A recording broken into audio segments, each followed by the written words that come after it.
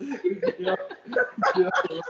Like, dude, just eat the cake. It's cool. No, but no, that should have been a sign though, because to this day, just eat the cake. It's cool. No, but no, that should have been a sign though, Again, because this is to the this story day. where Just eat the cake. It's cool. But talk no. about the relationship on a down to earth level, you know, because people like to look at celebrities as the examples, and I like to use real people that I actually know as examples. And I think I know that AB and his wife are a great example of, you know, being married and having a wonderful family and being supportive for each other. So we're happy to have y'all on the show. Glad y'all taking time out to join us for 15 minutes of fun. So hopefully it's fun. Yeah, it's gonna be fun. How we always start off is whoever is the best storyteller can explain to us how you guys met. The best story. Well, we have two different stories. So you want the real story or you want the? Okay, I want. So that means I go first. Let's yeah, I got this. Ladies first. Yeah, because I already know. Go ahead. We always stick with the truth. So if we're speaking truth, then I'm your girl. Okay. Well, you got it. You got it, Tiff. Give us a story. So we met at a place in Houston called Miles J. My older sister, Kimberly, was having a birthday gathering, and I was there to support her. That's right, she wants my husband. And was there as well, but he was there with some friends of his, which are my cousins.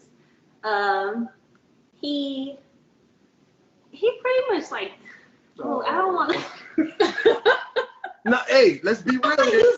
Words talk, but Ooh. I'm kidding. No, but no. So that night, I saw him a couple of times, and it was like looking just like that. And paying attention. He never said anything to me. And then it came around. It was time to cut cake. And so I was in charge of cutting the cake and giving everyone cake. Well, somehow Ellen was sitting right next to me at the table. And wow. offered him a slice of cake, and he refused the cake. I'm like, I didn't eat that type of cake. What kind of cake was it? I don't even remember. It was carrot cake, I think. What? Everyone said it was super though, but he refused the cake. He was the only person at the table that wouldn't. He was like, "No, I don't want none." And I'm like, "What do you mean?" I was like, "Just try it." And we had a lot. We were really like trying to get rid of some cake too. So we like, "Dude, just try it." No, I don't want it. I don't want it. So I'm like, okay. I almost felt like force feeding him at one point. I'm like, dude, just. But anyway, so that's how I remembered who he was. I ended up leaving shortly after that, and one of my cousins called and said, "Hey, my friend, he likes you. He wants to know if he could have your number." And I was like, "The dude that wouldn't eat the cake?" And he was like, "Yeah." I was like, "Well, why didn't he ask for my number while I was there?" He was like literally sitting right next to me. And they were like, "Oh, he said you left early. He was gonna." I'm like, yeah. But anyway, so that's where we met. But so I agreed to they agreed that he could pass on my number, and yeah. Hey B, someone else your way. Is that how you remember it? I remember her trying to force feed me the cake. Like, if On anybody, the first time. first time meeting her, and she just kept saying, "Hey, you want some cake?" So to me, I'm like, man, she like me. Well, I figured he wanted some. Every time I looked up, he was looking at me. So I'm like, dude, just eat the cake. It's cool. No, but no, that should have been a sign though, because to this very day, I know what I want. He knows. Man knows what he wants. He will. When it comes to food, oh my gosh, he will. You cannot get him to eat anything out of what he ate from 1 day old up until. For real, he's stuck in his ways, huh? Oh my gosh! Oh, that should have been a sign. Every time I think back on that, I'm like, Tiffany, it was right there in your face. You just ignored the sign. You know what's so truthful about this story, because everybody in coaching says the same about your husband. He don't really say much. You know what I mean? So, for him to look at you, that's kind of what I did with her when I saw her. I was looking so she can know that I'm looking. You know. But then you send somebody. I said it all. Sometimes you don't have to say anything. You just, looks good. Body language, everything. Body language. She knew you was interested. Yeah. Like to this day, sometimes on our anniversary, I'll ask some like random questions about like whatever. And one year, I said, Alvin, what did I ask you? What did I have on when you met me? And he tell me from the shoes, from the toe what I had on. That's how you know I'm not lying when I said he was seriously looking at me. He's very observant. He's very good at his job. I must agree. Attention to detail. Yeah, attention to detail, man. Attention to detail. Alan, I want to tell everybody. you don't want to know? Yeah, it ain't gonna be. No. You don't want to tell people? Did you forget? No. Oh, just tell them. No. Okay, just tell them about the shoes. The shoes was pretty fancy. What shoes she had on, AB? I could tell y'all about the car. The car? He likes to. Oh. What man. about the car, Bruce? What kind of car she had? Man, it's one of those cars to where when you drive and you can see the road at the bottom. Liars. Wow. That's almost worse than No, when I met him, I was still driving the same car that that my dad bought me in high school, and right when I graduated from high school. So the car that when I graduated from high school, but nothing was wrong with the car. Red Ford. What kind of car is it? What kind of car was it? A Ford Escort. They don't make them anymore, but they are. That A Ford Escort. You know what a Ford Escort is, right? Yeah. They good cars. Good cars. Power windows? No. That's how my No. It's okay. Seriously, What year was your car? I'm sorry, what year? It was a 97. She had a 93. Yeah, I drove that car. Years. I drove that car. A 90 classic. AB, did she have to roll the windows down or power windows? No, it was. Wow. Too.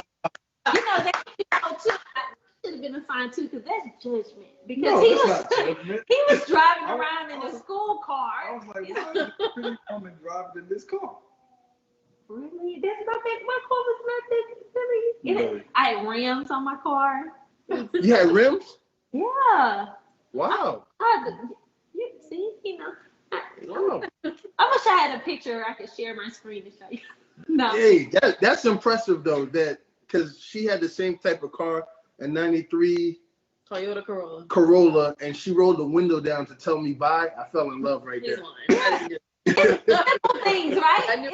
Simple things. No, I loved my car, and everyone, including Alvin, he never said it, but everyone thought that I should get rid of my car. They're like, Tiffany, why are you still driving that old car? You can afford it. And I was like, what's wrong with my car? Fix it. That's familiar. AB, did you ride in the car? No. Yes, you did. You never rode in my car. Oh, really? Safety. I practice safety. Were you shamed? No, I mean, you always roll with me, so it didn't really make sense. I never realized you never had the. You don't know what you're missing. I was too big for her car. I would have had to sit out in the back. Exactly. So both of y'all from Houston, correct? Yes. Yeah. Did y'all go to the same high school or no? No, we did not go to the same high school. He went to school in the suburbs. I went to school in. AB, she taking shots at you. He's taking shots in my car. I went to the suburb. I was in the suburbs for 2 years. My last 2 years of high school. Okay. Up until that, Yeah, no. Before then, we went to high schools that were close to each other. But she graduated high school when she was 16, so she basically skipped grades. Wow. Makes you smart. You Wow. smart. That's what you did. Wow. Makes sense now. All these great ideas that AB comes up with, now I know he has a ghostwriter. No, they're all him. No, they're all him. His brain never stops, ever. So He'll Tiff, get like at night, he'll be like, "Babe, let's write a book." I'm like, "Right now?" what college did you go to, Tiff? U of H, downtown. U of H. What was your dream coming out of high school? What did you want to be growing up? School teacher. A school teacher. Okay. So what did you get your degree in at U of H? Education. Education. Okay. And then AB, accountant, am I right? Finance. Finance. Cool. That's awesome. So again, ladies and gentlemen, Alvin Brooks and his beautiful wife Tiffany. We're gonna jump into the fun and games now. See how well they know each other. Wait, how long have y'all been together? Tomorrow will be 8. Well, tomorrow we'll be married 8 years, but we met. Like 13 years. We met 13 years ago. We've been together 13 years. Wow. Nice. Yeah, lifetime. Only 15. That's nice. Congratulations. Happy anniversary. Happy early anniversary. Thank you. Thank you. We'll celebrate with some cupcakes. We should say 2 for tomorrow. Just make sure my man Austin get one, yo. Mm-mm. Man, we had to put Austin in bed. That's my man. He'll just want the icing. He'll give you back the cupcake. Yeah. So y'all have 2 handsome sons, AJ and Austin, correct? Yeah. And how old are they? AJ is 6 and Austin is 4, soon to be 5. Okay, awesome. I know something that AB has talked about on Be Ready, that's really, really close to his heart, and I know it's close to your heart too, Tiff. Austin has autism, correct? AJ and Austin. AJ and Austin has autism. So a lot of the proceeds from Be Ready is going to a cause that has to do with autism. That's how caring this family is. They take autism really serious because they deal with it on a daily basis. And the love that they pour into their kids, they're also pouring into other families by raising money from selling these T-shirts, Be Prepared, Be Legendary, and Be Ready, which is now a movement. Hundreds of coaches, male and female, now are representing Be Ready, and they're also representing the love for finding a cure to help kids with autism. And I know it's important to the Brooks family, and it's important to everybody in the Be Ready family now because we're well aware of it. And anything y'all want to share on that part of it, just as far as autism goes? Because I remember the first time you spoke about it, AB, on that same call, there were 4 other coaches that were dealing with autism with their own kids. So they felt like connected instantly to you and Be Ready because you were so outspoken about it. Well, autism now is much more common than it was, 5-10 years ago. I think now 1 in every 58, 59 kids are affected with autism, and out of that, it's like 1 in every 30 boys.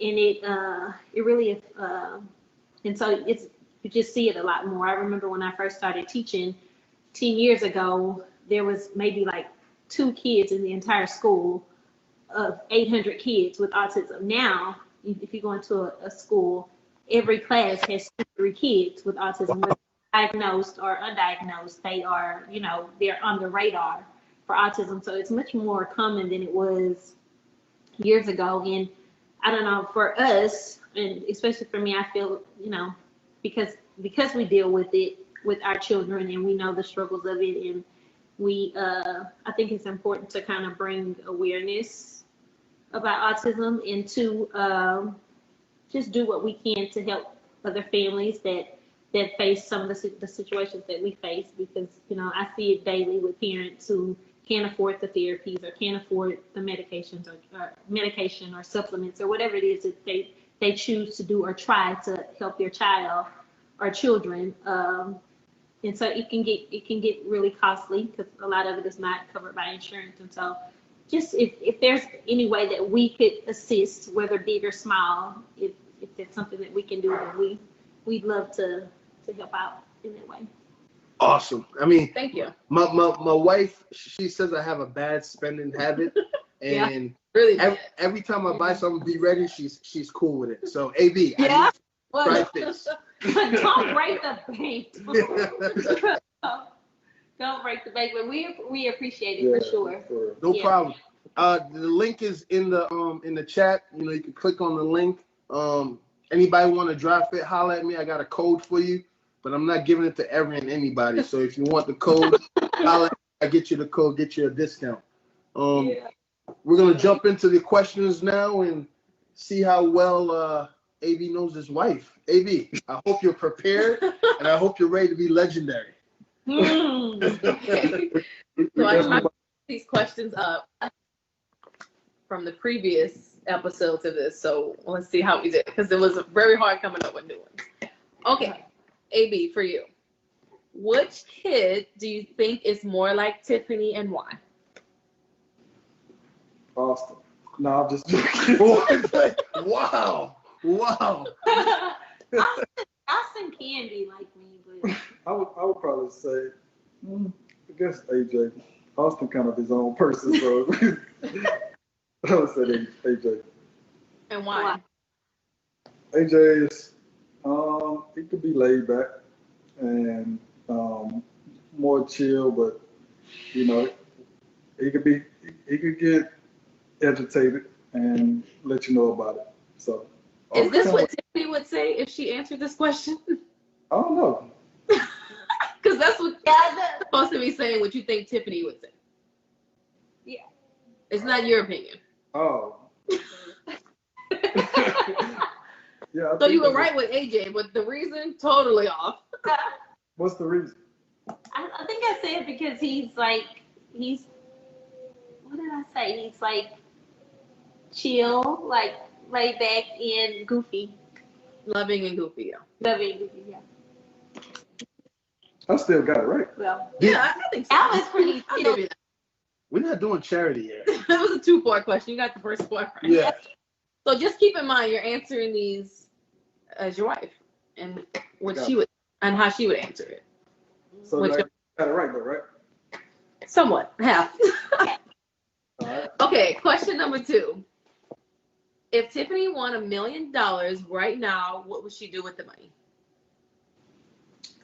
I think she would do whatever she can to help our boys with autism. Minorities? That's true. I'm sure that was one of her answers, but that's not what she said. Oh, so like something else? Yeah, something else. That's the obvious. What else would she do? 50%, right? Probably go on vacation somewhere. Not quite, AB. It's okay. Not rough. What was it? I said, didn't I say purchase a home in Houston? And hire a And hire chef. a chef. Oh, and hire a chef. Yeah, I get tired of cooking. I love to cook, but sometimes I just get tired of cooking. I cook three meals a day. AB, you look Wow. surprised there, man. I'm very surprised. Really? That I want to hire a chef? I say it all the time. I need a Everybody chef. wants to- Okay, question number 3. Who is Tiffany's celebrity crush? Celebrity Johnny. Oh, no! Wait a minute. I like his music. She said John Legend? No, he said Jaheim. Oh, Oh, wow, way back. not Not the new Jaheim. No, yeah, no. I love his music, but No, I would say Not the celebrity crush. Sorry. Oh, good, AB.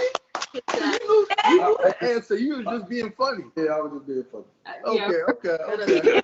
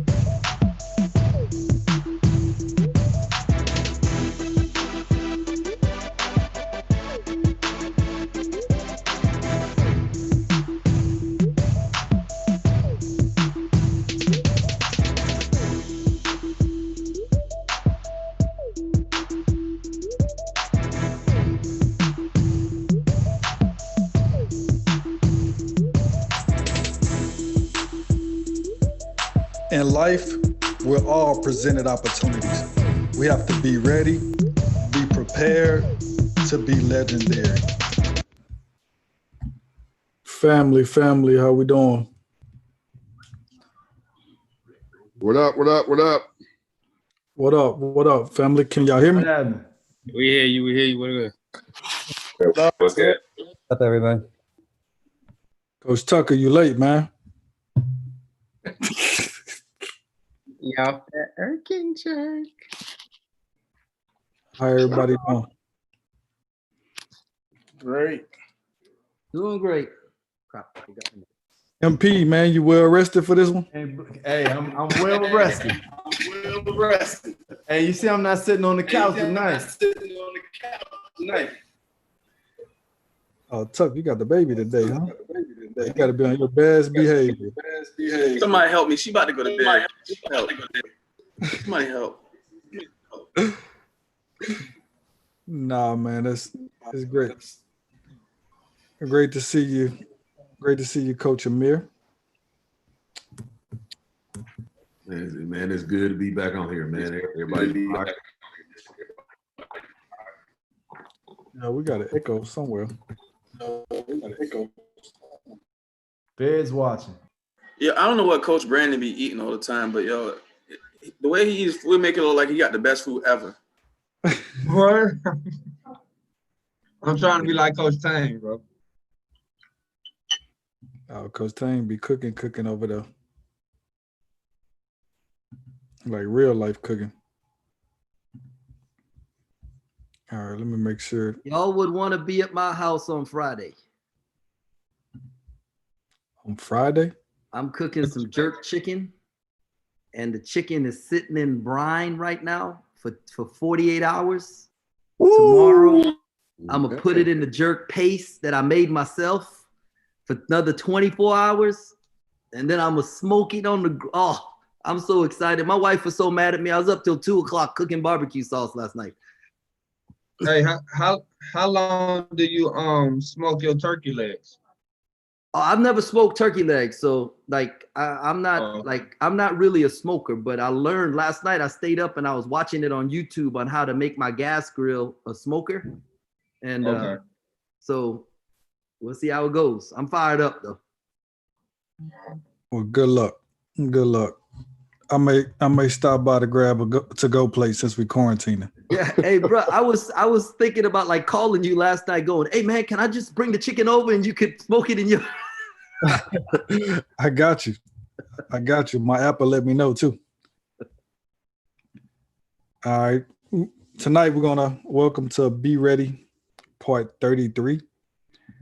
Tonight we're going to have bubble scouting, and so for the ones that haven't went yet, we'll have bubble scouting, and then after that, we have any time left, we can do something even more productive.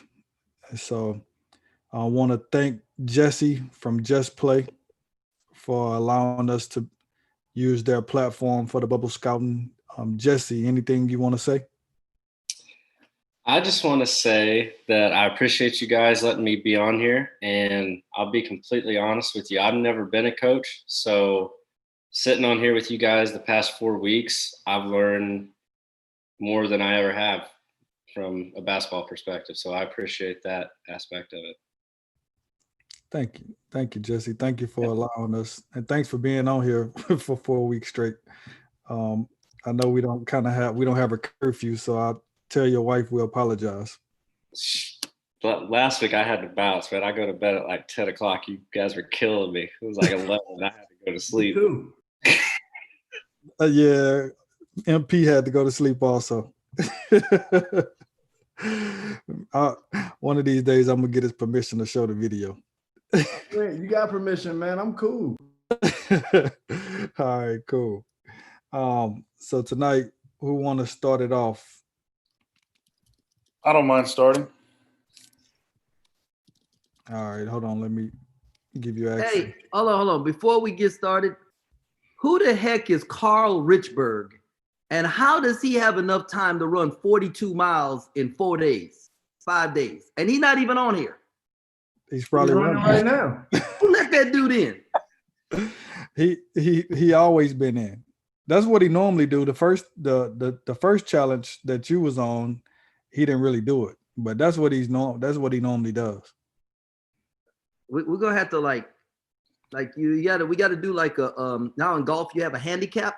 They gotta have a handicap in this running thing. I think I'm at least a 20-mile handicap on this. I'm an 80-mile one on this one. All right, my bad. All right, Omar. 0-mile handicap. Not bad. Dave, chill.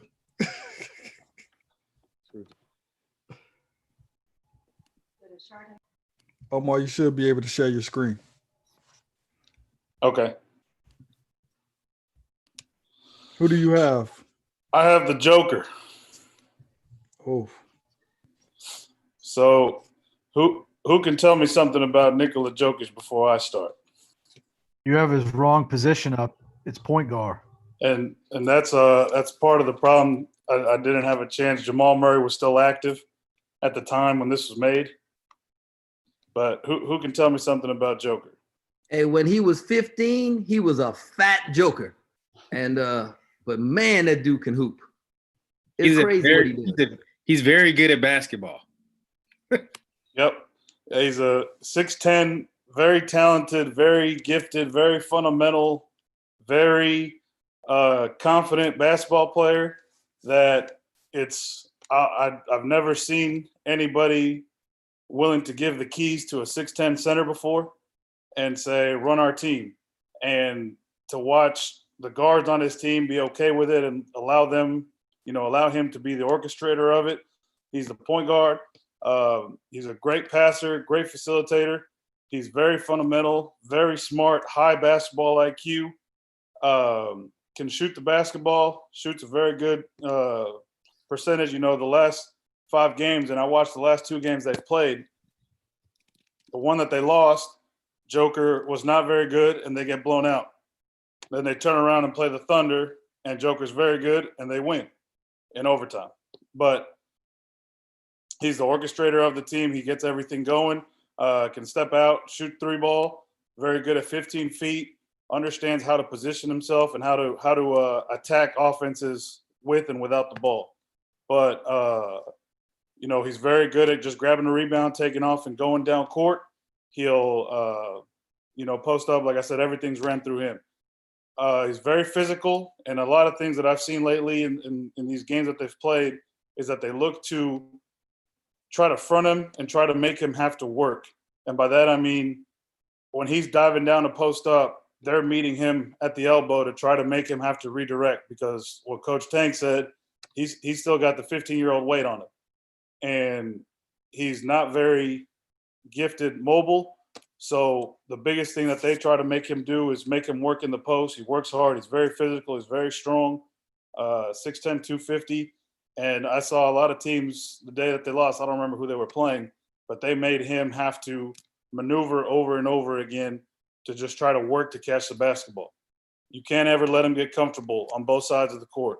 You can't just let him bring the ball up with no pressure. You can't just let him stand there and make a pass. He'll pick you apart. You can't, after he sets a ball screen and he catches it, you can't just stand back because he'll make a play. The whole thing to beating and containing Joker is you got to make him uncomfortable. You got to make him beat us. Don't let him beat us. And by that, I mean, you got to make him have to make the play. If you just stand back and let him, he'll hurt you every time. Got to contest every shot, whether a three-pointer or not. The 31.4%, he's one of those that he shoots 31, but he shoots about 90% when the ball needs to go in the basket. And so you need to find a way to make sure that you can test him, contain him at all times. When he's bringing the ball up the court, if you end up on him, you got to make him work. You can't just give him a straight line downhill. Even though he's going 2 miles an hour, you got to make him turn 1 or 2 times.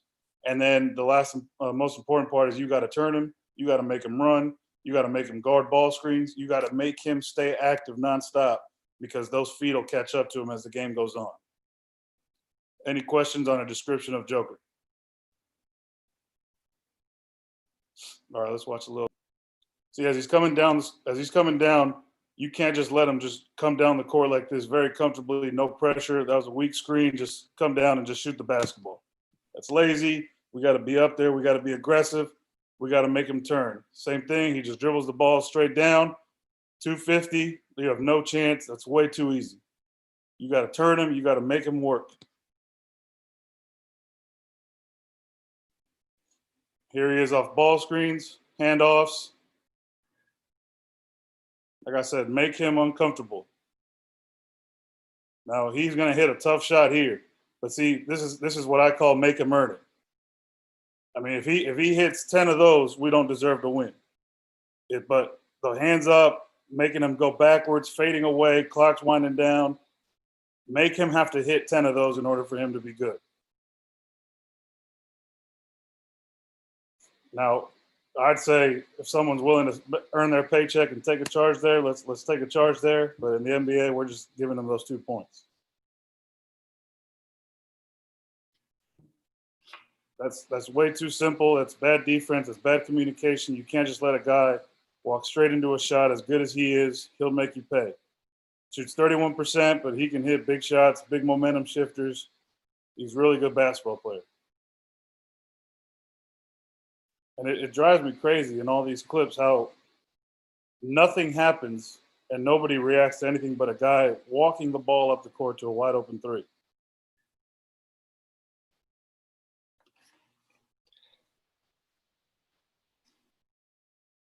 Simple plays. He's not going to make anything fancy. He's just going to attack you and go, keep it simple, makes good reads. Again, just walking straight into it, no pressure, no help. This is just, we can't play defense like that against the Joker and expect to win. Any questions? Hey, doesn't it look like he's always walking? Always walks the ball up the floor, and everyone is so concerned with the other 4 guys that they forget this guy can be a player too. That's what it feels like.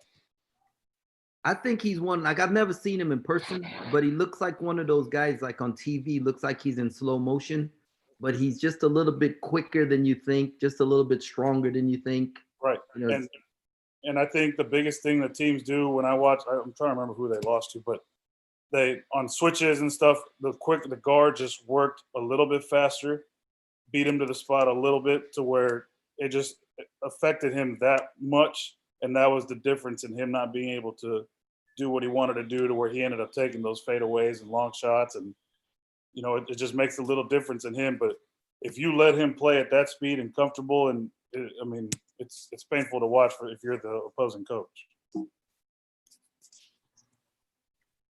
And I presented it that way because that's how I do in my in our film sessions. So whenever I'll ask personnel, whoever, if it's this will be a big So any big that's asking, I ask them to tell me something about the opponent before I tell them my description of it to see how far off we are, and then ask questions along the way. And I just wanted to present it the way I would to our team during film. Great job, Coach O. Good job, Coach O. Great job. Thank you, guys.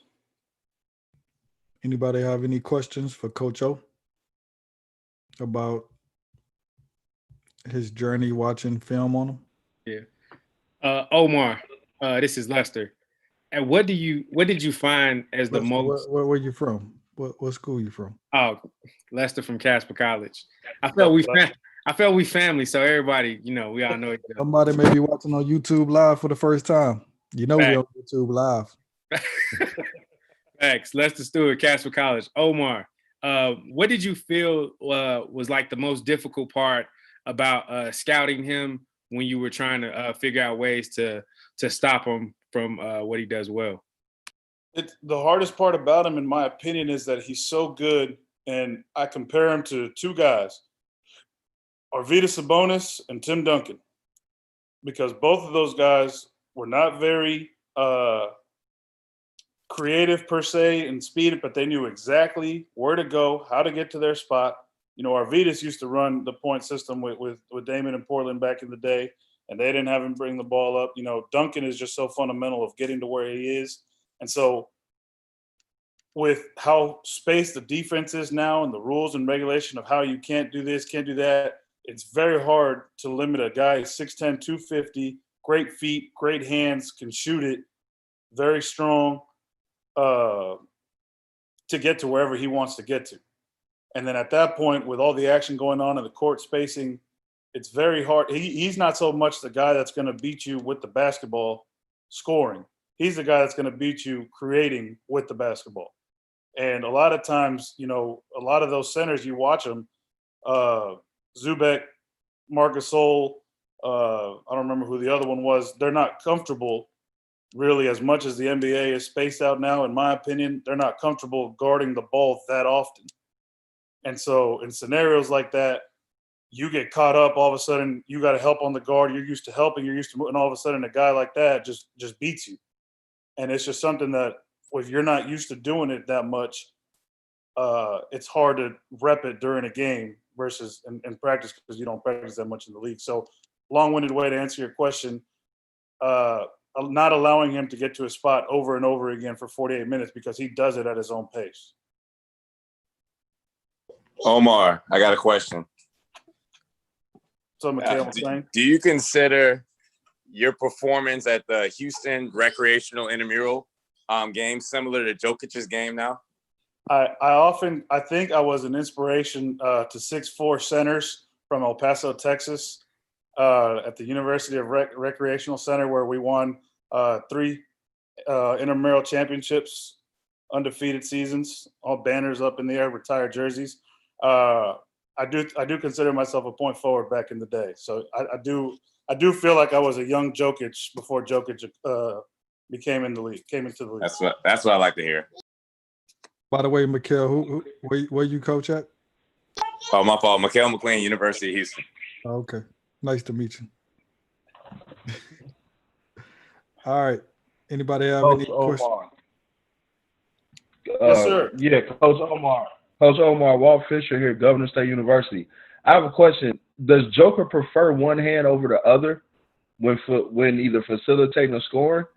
Man, he's really good with both, but he is very right hand dominant. He doesn't mind, and he's one of those players that likes playing opposite. So he doesn't mind being on the left side of the court because his right hand is so dominant to where he can make passes across diagonal comfortably. So he's one of those right-handed players that likes to be on the left side because it's easier for him to maneuver back the other direction. So, yeah, I think he's right-hand dominant. And I think a lot of times if he's going to go left, it's to play back to the right.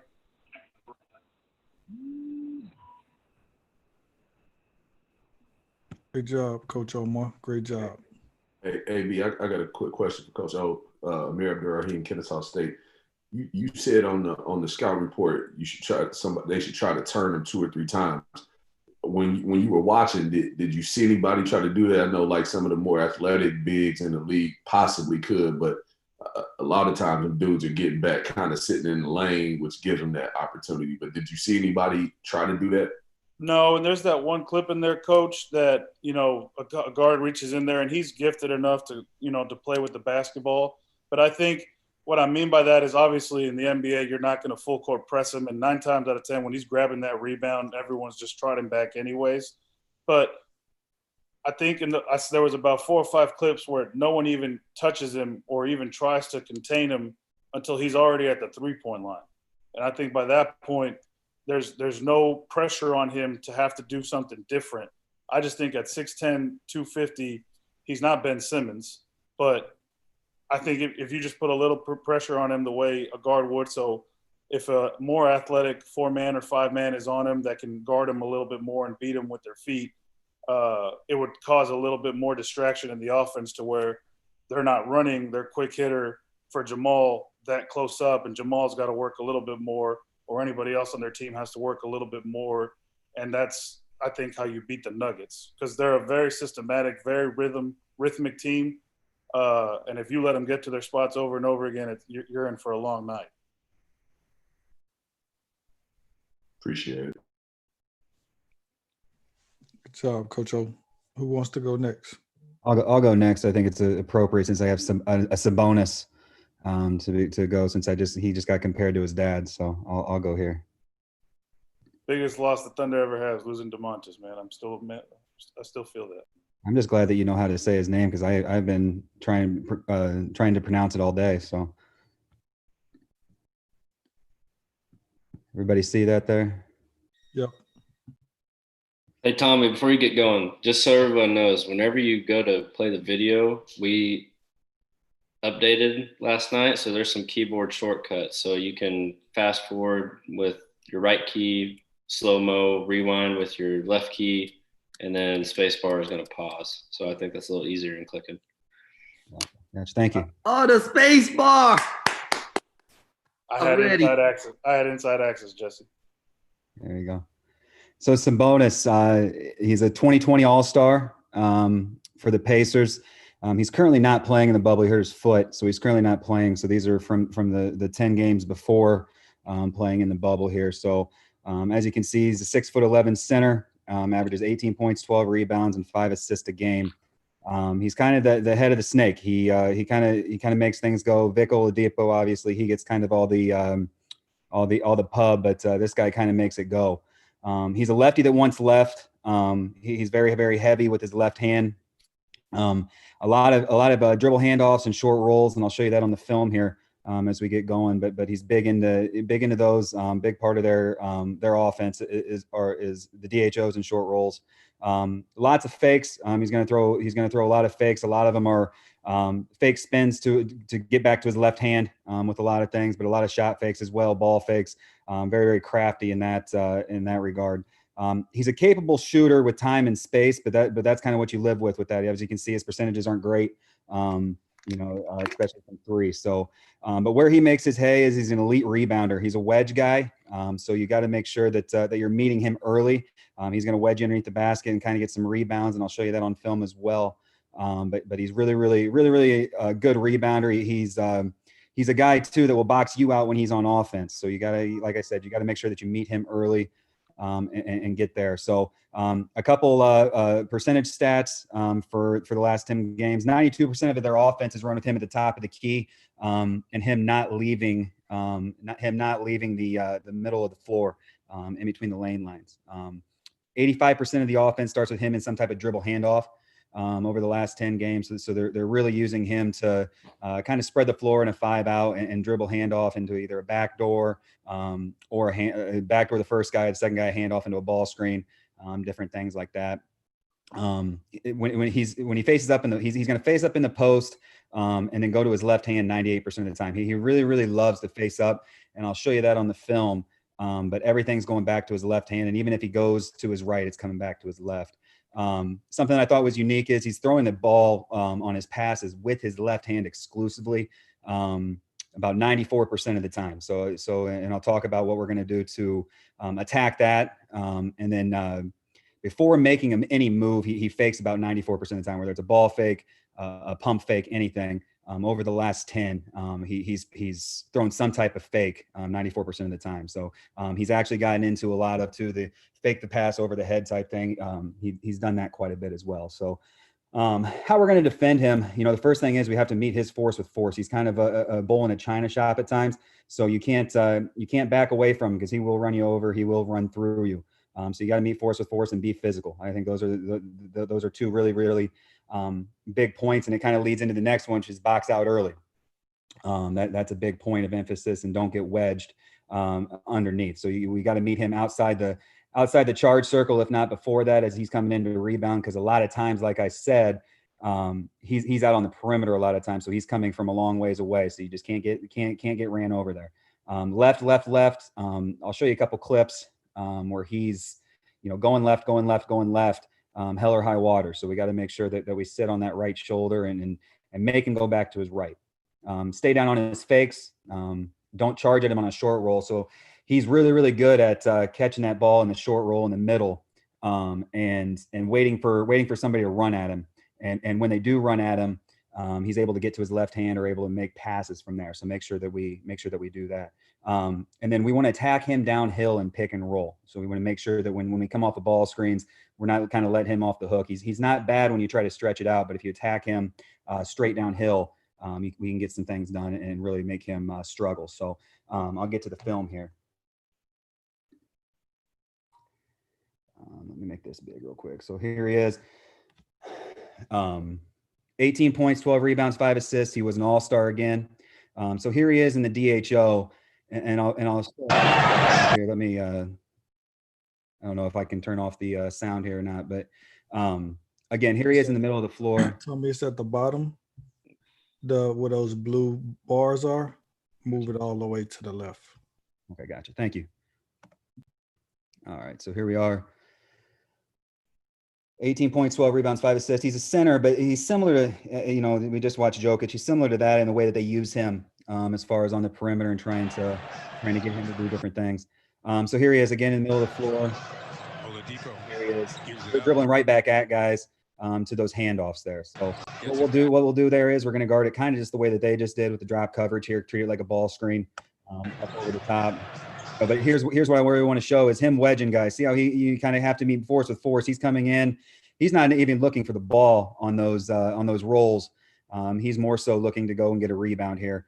Now I think Vic hits this shot here, but as you can see, he's wedging guys, so you got to meet him early. And I wanted to show this as well. So this is as much, this is in transition, and you can see him slowing down at the top of the key here.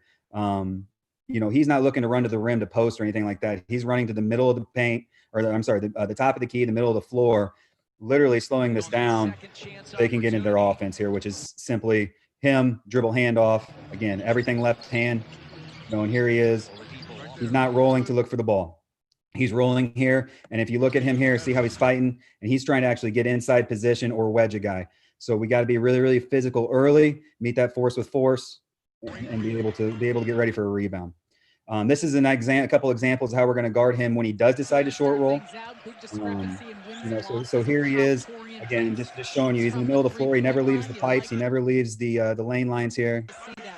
And here he is. He just looks kind of lost when he can't dribble hand off to somebody right away. Here he is again, just setting ball screens. And this is what happens when you kind of fall asleep on it and you take a step towards him. We're going to back up here. I think that's, I don't know who that, I think that's Crab, but I think you got to back up a little bit here. We're going to back up. We're going to lock up on the perimeter everywhere else. If this does become a handoff, we're going to treat it the same way up over the top. But fall asleep, there he is, being physical, going through you. He's not going around you. He's going through you. So you got to be physical. Siakam has taken another leap as a player, especially offensively. But here again, middle of the floor, and this is how they're running everything in transition. Middle of the floor, left hand, left hand, left hand. Now, eventually, this is what they get to every once in a while is that he'll skip that first guy, throw to the second guy, and set this ball screen. But again, you see that he's throwing every pass with his left hand. So what we're going to do is is anytime he picks the ball up, we're going to jump to that left hand and make him throw a pass with his right. The couple times that have seen him throw a pass with his right hand, he's hit somebody in the second row or thrown it out of bounds. So he's not a great passer with his right hand. So we're going to try to take advantage of that and jump to that left hand on any dead situation.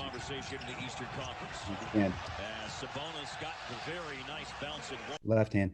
Here he is with a couple short roll passes, catches here. Again, middle of the floor, kind of where he lives. And so here's an example of, we're going to probably stay right about where that middle man is. We're going to stay about a step above the charge circle there, and we're going to lock up on the perimeter everywhere else we go. This guy from the same corner runs in here, and that's kind of where he makes his hay, where he can kind of find an open man here on this short roll, and that's Victor Oladipo, and that's easy. So we're going to stay back. We're going to stay at home. If he hits 15 footers to beat us, he hits 15 footers to beat us, semi-contested. So again, middle of the floor, dribble handoff. He's going to catch this short roll, and you can't run at him. See how we run at him here? Let's short close out that. And again, this is force with foot. He's just going to go through people. He's not going around you. He's going through you. So you got to be physical there. So we'll lock up on the perimeter in those situations, and we'll short. This is where he's elite. This is why he made the All-Star game. Is this right here? As you can see, he's getting inside position. He's planning on rebounding. And here he is with his right hand blowing layups, right? So his right hand is very, very weak.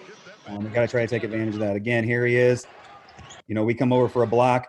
One of these guards, you got to come help us. You can come down and help out and get a second body on him, especially if your men aren't planning on coming down to box out or coming down to rebound. So we can come down and double team that box out there, because that's how he's going to make his hay. He finally made a right-handed layup. So here he is again, inside position, and just being an animal. And again, there's another shot fake. I'll show those in a second. Something that he's been doing that is unique. And if he does post, it's usually either out of design or like this, or it's just kind of him, kind of meandering down there. So again, though, he's a face-up guy. Or here he is facing up. He faces up. Like I said, over 90% of the time, throws that fake. He's going left. He's going left, going left, going left, going left. So here he is again, out of design, a little nail brush screen. And you're just throwing it to him again. Fake, opening up, going left, going left, going left, going left. So we're gonna sit on that left hand, try to bring him back to his right. We might even send maybe some stunt help to that left, and especially to force him back to a spin to his right. And every time I've seen somebody do that, he's given the ball up. So if he gets going down there in the post, we might start to send some help to that left-hand dribble. So here he is again, facing up again, face up, ball fakes, ball fakes, ball fakes. He's going left through that split there. So we can't let that split happen. If we do send help, we got to make him spin back to that right hand. A couple more clips here of him doing the same thing again. Just kind of meandering down to the post if they do decide to post him, facing up. Here he is, and this guy does a really good job at trying to take away the left. And you can kind of see he's going to force his way back to his left just somehow. He's getting back to his left hand no matter what. Again, facing up, he's getting to his left. He's getting to his left. Even when it comes to his right, he's getting back to his left. So that's all that I have there. So as far as with some bonus, left hand, we got to be physical, meet force with force. And really just we got to control the boards with him, I think is the biggest thing. So great job, Coach Tommy. Anybody have any questions for Coach Tommy? Tommy, hey, it's Russ at Tennessee State, buddy. What's up, Coach? Hey, great job, good detail. One of the things you had on your scout was 94% of the time he fakes as soon as he gets it. How did you get that number? Did you just watch every time, or was there? So that was 94% of the time that he caught the ball in the post. And so Say that one more time. Yeah, that was 94% of the time he caught in the post. So like what I did was I just watched like all of his post stuff, as I was watching games or whatever, and just kind of charted that. So went out and started, just charting that. I have a chart book that I chart just everything that I think is unique. So honestly, the first time that I watched the first game that they played, I think it was the Bulls.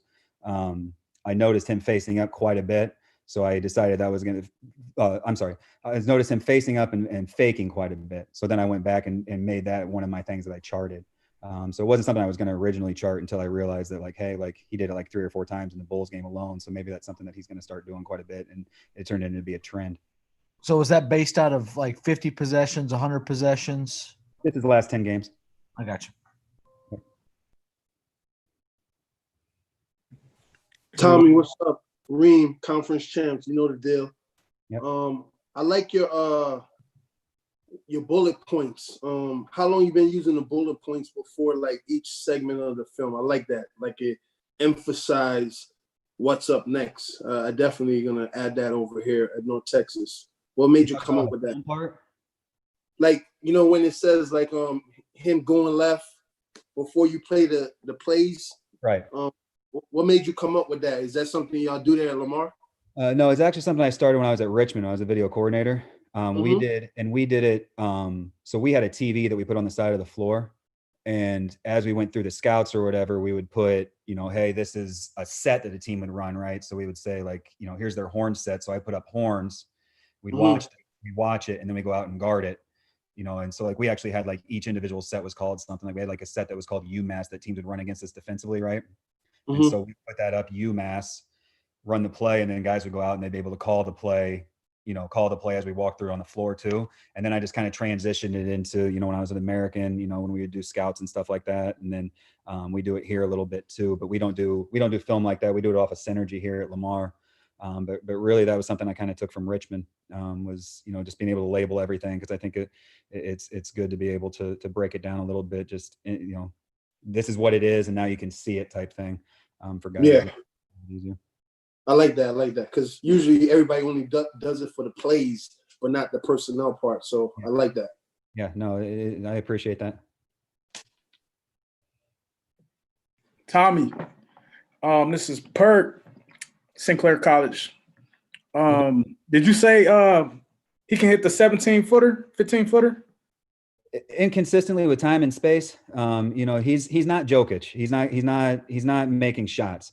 You know, so a lot of times he's not catching that short roll looking at the rim. Like I saw him very rarely even looking at the rim, especially on the short roll. He's looking for opposite side passes, and he's looking for somebody to run in there to kind of help him, and then he's trying to throw the ball to those corners. So you know, he's only shooting. He doesn't shoot the ball well, as you can see, like from 3 especially.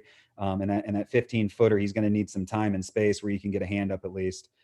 So you much rather live with him shooting that than finding those guys in those corners like Vic Oladipo and those guys, you know, and TJ Warren and those guys. You don't want him finding those guys wide open in the corners. Okay. Hey, Tommy. This first off, I hadn't been on here, man. It's good to see you, man. I'm glad you're doing better, man. You too, Yep. Let me ask you this: like in watching him, and this is not necessarily scouting; it's more so like you look at his numbers. You know, 18, 12, and 5. Do you think if he was somewhere where he was the focal point or he was the main guy, could he carry a team? Honestly, I think that he is their main guy, to be honest with you. The more I watch him, you know, Vic gets like the pub and everything like that. But like you saw all those clips where he's catching the middle of the floor and they're like slowing down the offense in transition to throw him the ball in the middle of the floor. Like he's kind of like the head of the snake. He's like a poor man's Jokic is what I like, a guy that, you know, can't shoot it as well. But as far as like the way they run the offense, you know, they're counting on him to get those guys shots. You know, so you know, do I think that he could go somewhere and average, you know, 25 and 12? Probably not. I don't think that he can score the ball like that, because a lot of his, you know, I would say probably 8 to 10 of his points a game come from him just outworking guys and getting rebounds. You know, but as far as like being a focal point of an offense, I really think that he kind of runs it. You know, I mean, the guy averages 5 assists a game. You know, but a lot of it is, you know, dribble handoffs and stuff like that, where he's initiating offense, but he's allowing Vic, TJ Warren, those guys to come off of down screens and stuff, you know, because he's able to play in the middle of the floor out on the perimeter and make good passes. So, but I would say honestly, like, I think he's the head of the snake, the way that they play, you know, even their ATOs, a lot of times, like he's, you know, they're not looking to post him up as much as they're looking for him to, you know, distribute out of ATOs and get guys going downhill off of his dribble handoffs and stuff like that. So. Hey Tommy, this Coach Prince from Manchester Academy. When you're doing your scouting, do you show, all their strengths and them scoring, or do you make them look human? We talked about that last week on when you're doing scouting. You get what I'm saying? Like Yeah. nothing but bucket after bucket, or are Yeah. you showing them missing shots, their weaknesses? How do you break down your scouting? So for me, I guess I always just, I try to do it where, you're showing them their strengths, obviously, and telling them their weaknesses, like we did talk about that. And it was interesting to me, the thought of like, hey, show them some of their weaknesses and stuff of them turning the ball over or something like that. I just think it's important to, for me, for this one, especially, to show them, because he's so left-hand dominant, like just show them over and over and over again, like he's going left, going left, going left. And then if there is something in one of the clips that comes up that is one of his negatives, maybe point that out, because I had told him about it. But I guess I always lean towards more like make these guys look really, really good, so you don't underestimate them, as opposed to like showing them throwing the ball. Like I had a clip where he caught a short roll, tried to throw the ball with his right hand, and it literally ended up 4 rows in the stands. And I could probably show that, but then at the same time, I much rather show the clips where he's making good plays, so we don't underestimate somebody like that, I think. So, but that's a great question. I don't know I don't know the right or wrong answer to that one. I think that's a little bit different. So, Tommy, Omar Gonzalez, Texas A&M Kingsville, assistant men's basketball. Coach Do you O. think working with posts, or kind of to back up the question I was just asked, do you think sometimes people or the players focus so much more on the guard play and focusing on that you sometimes have to show, hey, this post player can play, man. Like you gotta buckle down and you gotta be able to do stuff, because a lot of times people kind of forget about or underestimate the post in basketball today. Right. Something that we do at Lamar that I think is unique is, we give the guys their matchups prior. So those guys kind of, as they go through the scouting report, they're kind of focused just on the guys that are kind of like they're going to guard in a game, because we're not switching anything usually.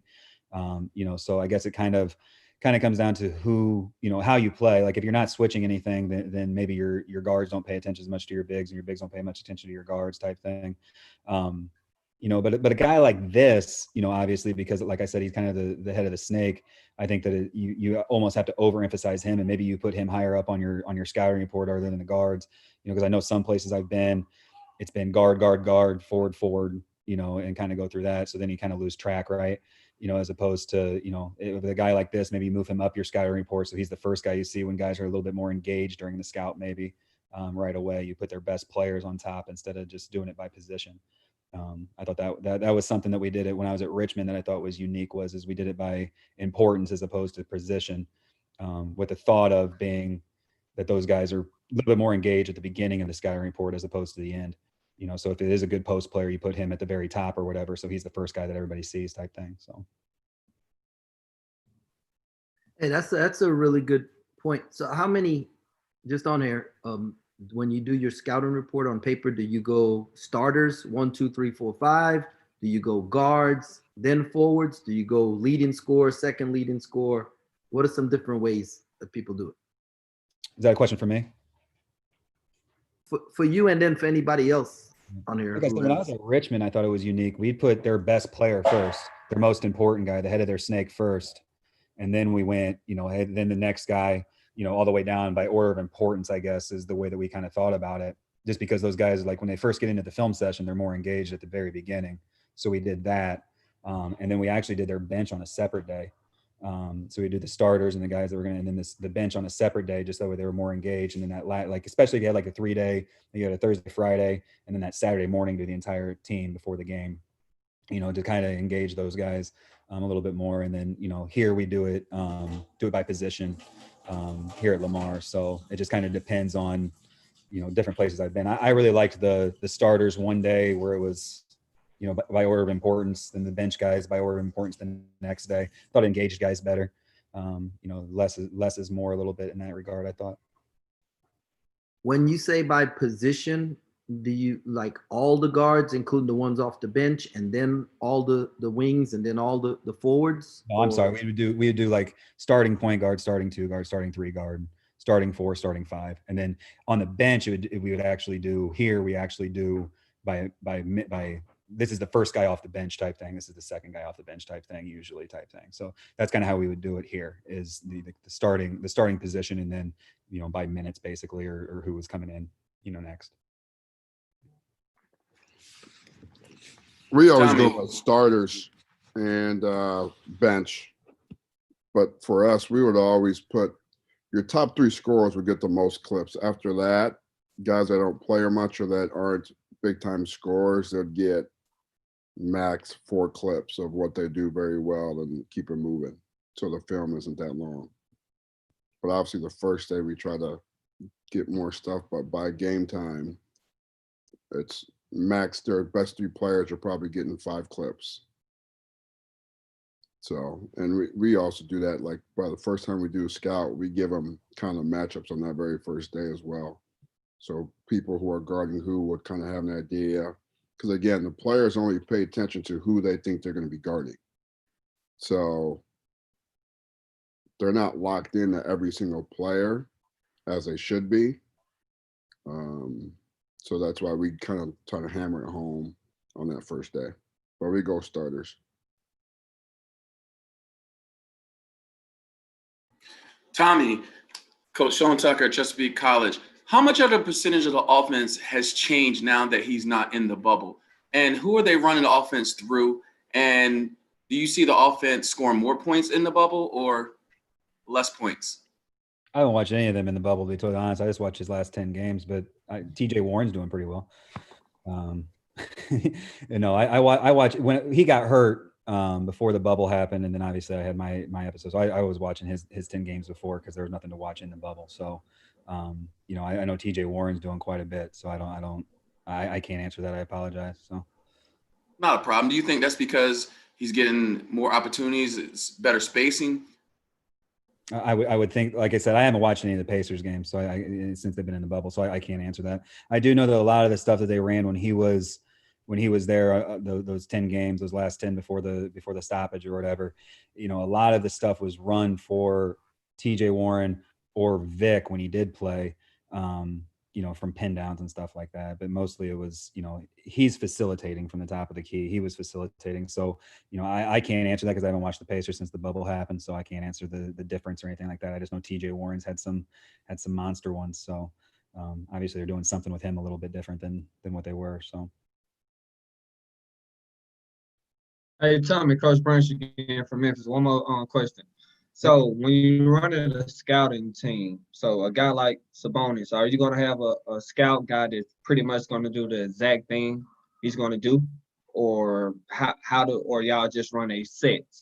You know how you go, okay, this is what the team is running, boom, boom, boom, or do you actually have each player trying to mirror what the next guy's going to do? So will he just pass with the left hand? Will he That's stay at the hard, top of the when he's a key? lefty, right? That's hard when he's a lefty because a lot of times you don't have a scout guy that's left-handed, or you don't have a coach that's left-handed. But if you're blessed to have that, you know, you try to make them, you know, I would try to make them do as much as they do. Like you don't want them like out there checking up threes and stuff that just isn't going to happen, right? Like you want him to be kind of as similar to, you know, the player that he's going to be as possible. You know, so I would say hopefully you have a left-handed coach or manager or player or somebody, hopefully a player, you know, that kind of helps out. And then, you know, again, you would, you know, tell him, hey, you're catching the short roll, looking to pass, you're running in, you know, rebounding wise. And that helps that he's such an elite rebounder because, you know, you can tell one of your walk-ons or somebody like that, you know, crash the board every time. And that's how he's going to earn, you know, earn his walk-on spot is he just run the rebounds. You know, that helps.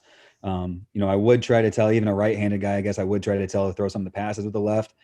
Because like I said, he's a high percentage left-handed passer and a low percentage right-handed passer. And I thought that was something that, you know, you could really take advantage of, especially, you know, in the short roll situations.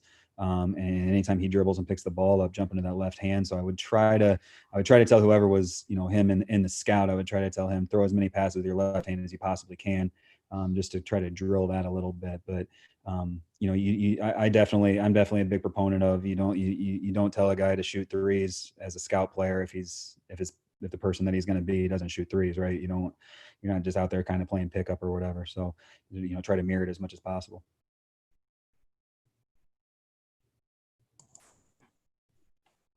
Before we move on, I have a question for anybody and everybody. as basketball defensively has transitioned into a lot more switching. And, I believe G touched on it, how most players will only focus on who they think they're going to be guarding. So point guards will tend to just focus on maybe the 1 and 2 guards. Who has experience with getting their guys to understand the scout in totality, because you're switching so much? So at any given time, you could be on somebody that's not technically under your position. Because I think that's where we all, where a lot of basketball is headed to. Boom, you switch every handoff, you switch every ball screen. So now you do have to know the scouts. The point guard has to know the scout on the 4-man.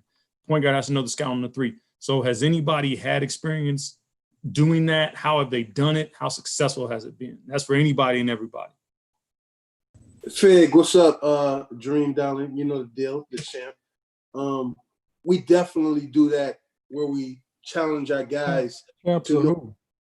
huh? Champs from where? Oh my God. Champs, Conference USA champs, University of North Texas. People know, man. Trust me, they know, even off of YouTube. But Fig, we challenge our guys. We always call on different guys for different positions. We take it very, very seriously to where the guys understand that because of the switching, and we do a lot of switching here. And it's very important that everybody knows every single position. Even the point guard knowing the big, if you get caught on a ball screen action where he gets buried in the post, he needs to know which way he's going. So we definitely do that here and challenge our guys to know the personnel very, very well, asking them questions 48 hours before the game to where they don't have the scout report in their hand, and they got to know what guys' tendencies are.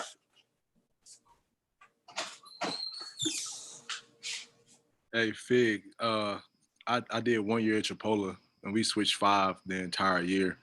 And I had my 5-man thinking he was going to be a high major point guard, and my point guard thinking he was going to be a mid-major leading scorer. And so what we did to kind of it started off as a joke, to be honest. We made them all, we had enough guys to have a scout team to run plays, and we just made all 5 guys guard all 5 positions in the scout. And we used to tell them, how can you, and it took some time, but they actually enjoyed the 5-man trying to blow up ball screens and switch where you want to switch it, or the point guard trying to front the post. And it actually ended up having fun doing it, and understand man, I don't want to switch because I don't want to front the post, so I got to get to this ball screen even more for our guards. And then our big star being man, I gotta hit this ball screen better because I don't want to be out here on this island with Javion Hamlin, who was in the league when I played, and being on the ISO.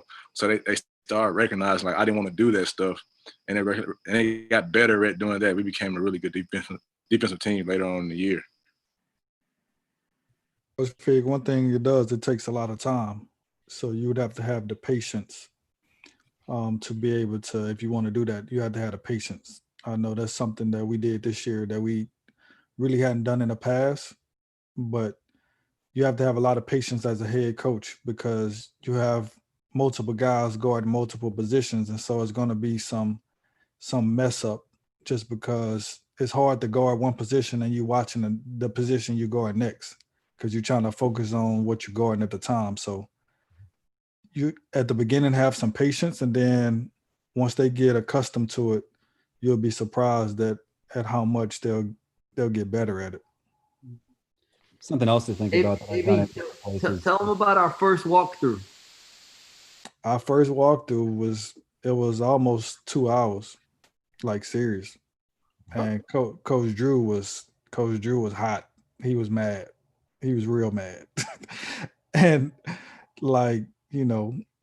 that's something that Coach Drew is a high energy guy, and Coach Drew walkthroughs are normally I remember the first walkthrough I went through at Baylor, I was like, man, we done? It was shooting, walkthrough plays, all right, we out. I was like, is it? I'm used to everybody walking through a million plays, and Coach Drew don't believe in that. He believe in walking through the most important plays, shoot, and then we out. But with us having to switch the positions, oh man, just seeing him over there folding his arms and pacing back and forth. he didn't. That's why I say you got to have a lot of patience, because luckily he had the patience, and we we got better, and we would switch it up to where we basically had 3 groups, and so we would just change guys' positions on who they're going to guard in a different group. And so that's kind of how we did it. If you have 3 groups and you just walk through the plays, and hopefully, you have some guys that's sitting out. Once they get out there, they paying attention to at least the position they're going to go at the first time. We used to do that too. Like the old guy I worked for, like we'd go, our walkthroughs would be at least 20 minutes, half hour, because we'd like AB said, we'd have 3 groups, and essentially with your top 8 guys or whoever your top guys that play a lot, each one of those guys is getting reps at different positions they're guarding. So you got your starters and your bench guys, and then that third group is kind of your end game lineup where guys that play significant minutes that need the reps would get those reps of guarding each play and how you were guarding it. So I really liked it. We don't do that now, but it makes the guys be really locked in. And we would always do that at the beginning of practice before you would stretch. So as soon as you get out of film, after you see it, whether it's personnel or the sets, we'd go onto the floor and go right over whatever sets we're going over. So, and I think that kind of helps with the carryover from what you see on film to doing it on the floor and walking through it. And then when you're in practice, now you don't have to talk to it. You can just go through it live.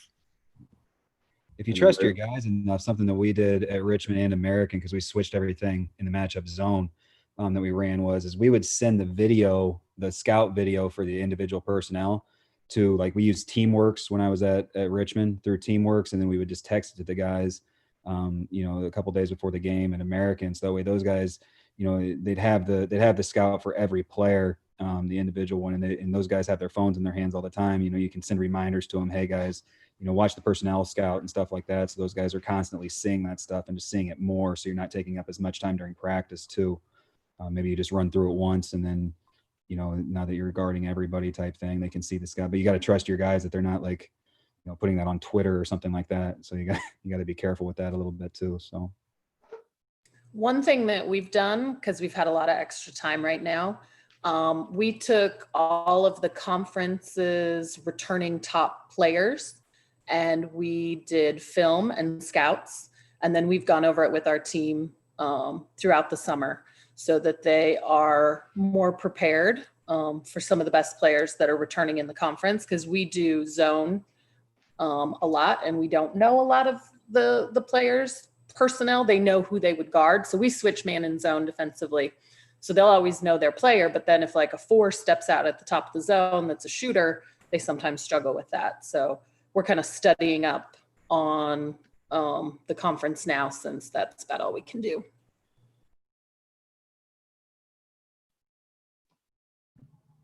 Perfect. Anybody else have any more questions before we move on?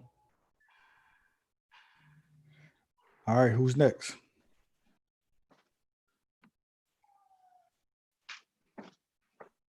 Not everybody at once. Coach Tang, you better go.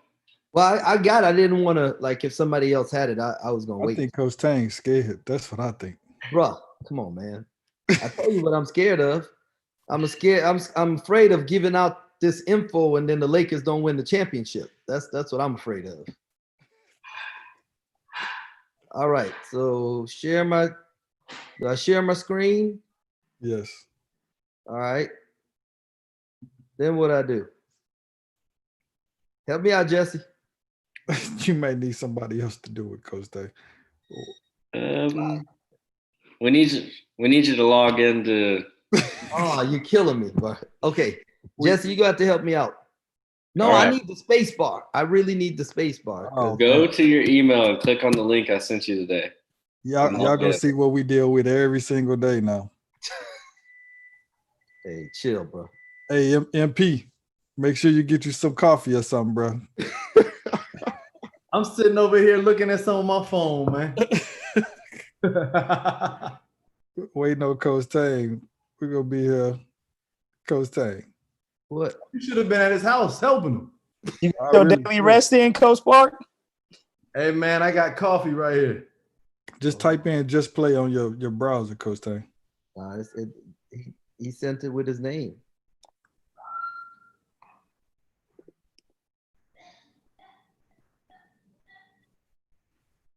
Y'all thought that picture of me and him with the phone was a joke. Y'all seeing it right now firsthand. All right, who's got jokes right now?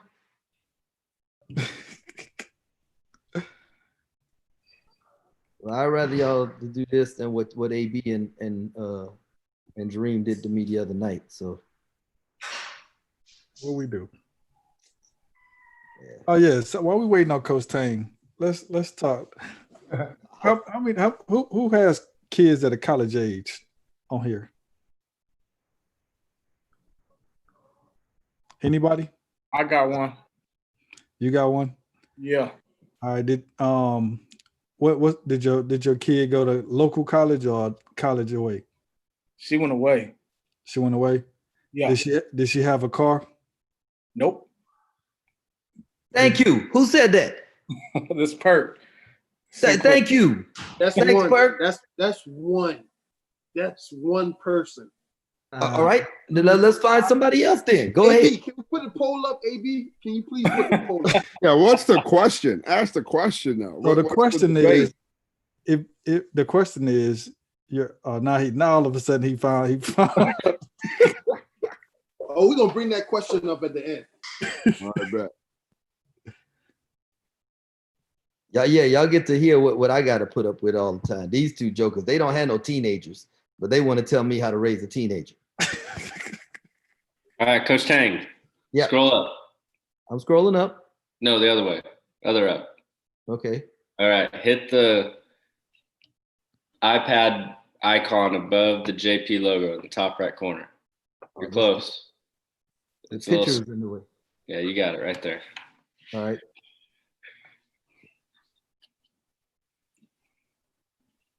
All right. Now click on the Lakers.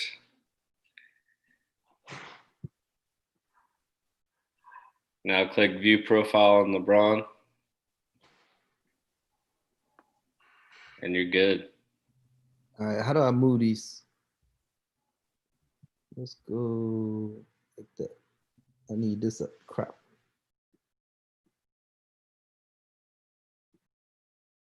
All these. Hey, why is my stuff down at the bottom? Y'all can see the whole screen right now? Yeah. Okay. We can see once you scroll down, we'll be able to see. Yeah, we can see everything now. Okay. All right. So initially I started off as a scouting report on how to stop LeBron James, right? Then as I was doing, I determined that it was more important to figure out how to beat the Lakers. Okay, because at the end of the day, it's about winning the basketball game. Okay, and so as my goal was to how to beat the Lakers, I started looking at some of the things that in wins and losses, what was the thing that stood out the most? Okay, so if we're talking about just LeBron James, his stats are pretty identical in everything, right? In wins and losses, it's the same, pretty close in the same average points per game, same amount of attempts, like 14 in wins, 12 in losses. Because I thought if like you made him shoot more and not pass as much, that's how because he really doesn't want to score. But I was wrong. That was my thought going into it. The numbers don't back that up. He has 10 assists in wins, 11 assists in losses. So even in losses, he's still passing the ball. The one thing that was glaring that stood out was that in wins, he shot 36% from three, and in losses, he shot 19% from three. Okay, and that was the difference between scoring 27 points a game and scoring 20 points a game in losses. When they win, him and Anthony Davis combine for 52 points. When they lose, they combine for 34. Okay, and so those were the two things that stuck out. So obviously LeBron is elite in transition. All right. In transition, I mean, the Sports Science did a study on him, and the average NBA players takes 13 steps to go from end line to end line. LeBron takes 9.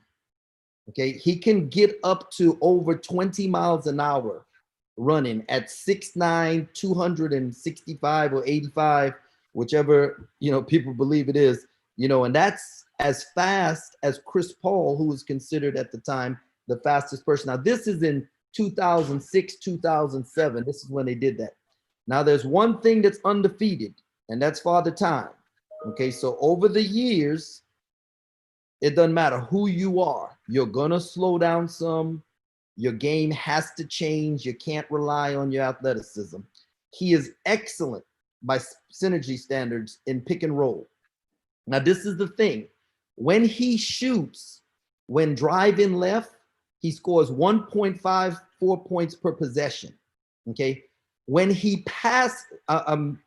when he gets all the way to the rim going left, it's 1.6. So that means in 100 possessions, they're going to score 160 points. Okay. And so when I thought about that, I said, well, shoot, how many possessions do they get a game? Well, the Lakers average 101.3 possessions a game, and that's 11th in the NBA. Okay, the average team averages right at 100.7 possessions a game, and so that kind of shocked me because I didn't think they played that fast. When he goes right and scores, tries to score, he's 1.41. So he's better going left when to score than he is going right to score. When he gets all the way to the rim, it's 1.47. Now in 2006 through 2010, even in the half court, when he went right and he got below the second hash, he was going to go finish, right? Since he's been with the Lakers, if he gets below the second hash, he is passing the basketball when he goes right. Okay, he's passing the ball. Now passing, when he drives left and he passes, it's the point per possession is 0.93. Okay, as opposed to his passes going right, which that's almost a 60-point difference. Actually, what is that? No, I'm sorry. Yeah, it's almost a 60-point difference than when he goes right. Now that 31% in parentheses, that's what his three-point shooters shoot when he goes left and passes the ball. Now the same three-point shooters, when he drives right and passes the ball, it's 148 points in 100 possessions, and those same three-point shooters shoot 51% from three, right? So I said, well, there is the same shooters, right? And so he is just a much better passer when the ball is in his right hand, and I'm gonna show you on film, than when it's in his left hand. Okay, he loves the left block. That's where he posts up. Okay, and scores at a high rate, but he also passes 45% of the time, usually because he's dribbling with his right hand going middle and he can see the whole floor. All right, and then now this is a crazy stat. 48% of the Lakers shots that are not LeBron James shots, okay, are assisted by LeBron James. That means the other 13 dudes on the roster, right? They only can get 52% of their shots that he doesn't get for them. And that's shoot. If you took out, and I wasn't able to get Anthony Davis ISO numbers because I didn't think of it till I was driving home.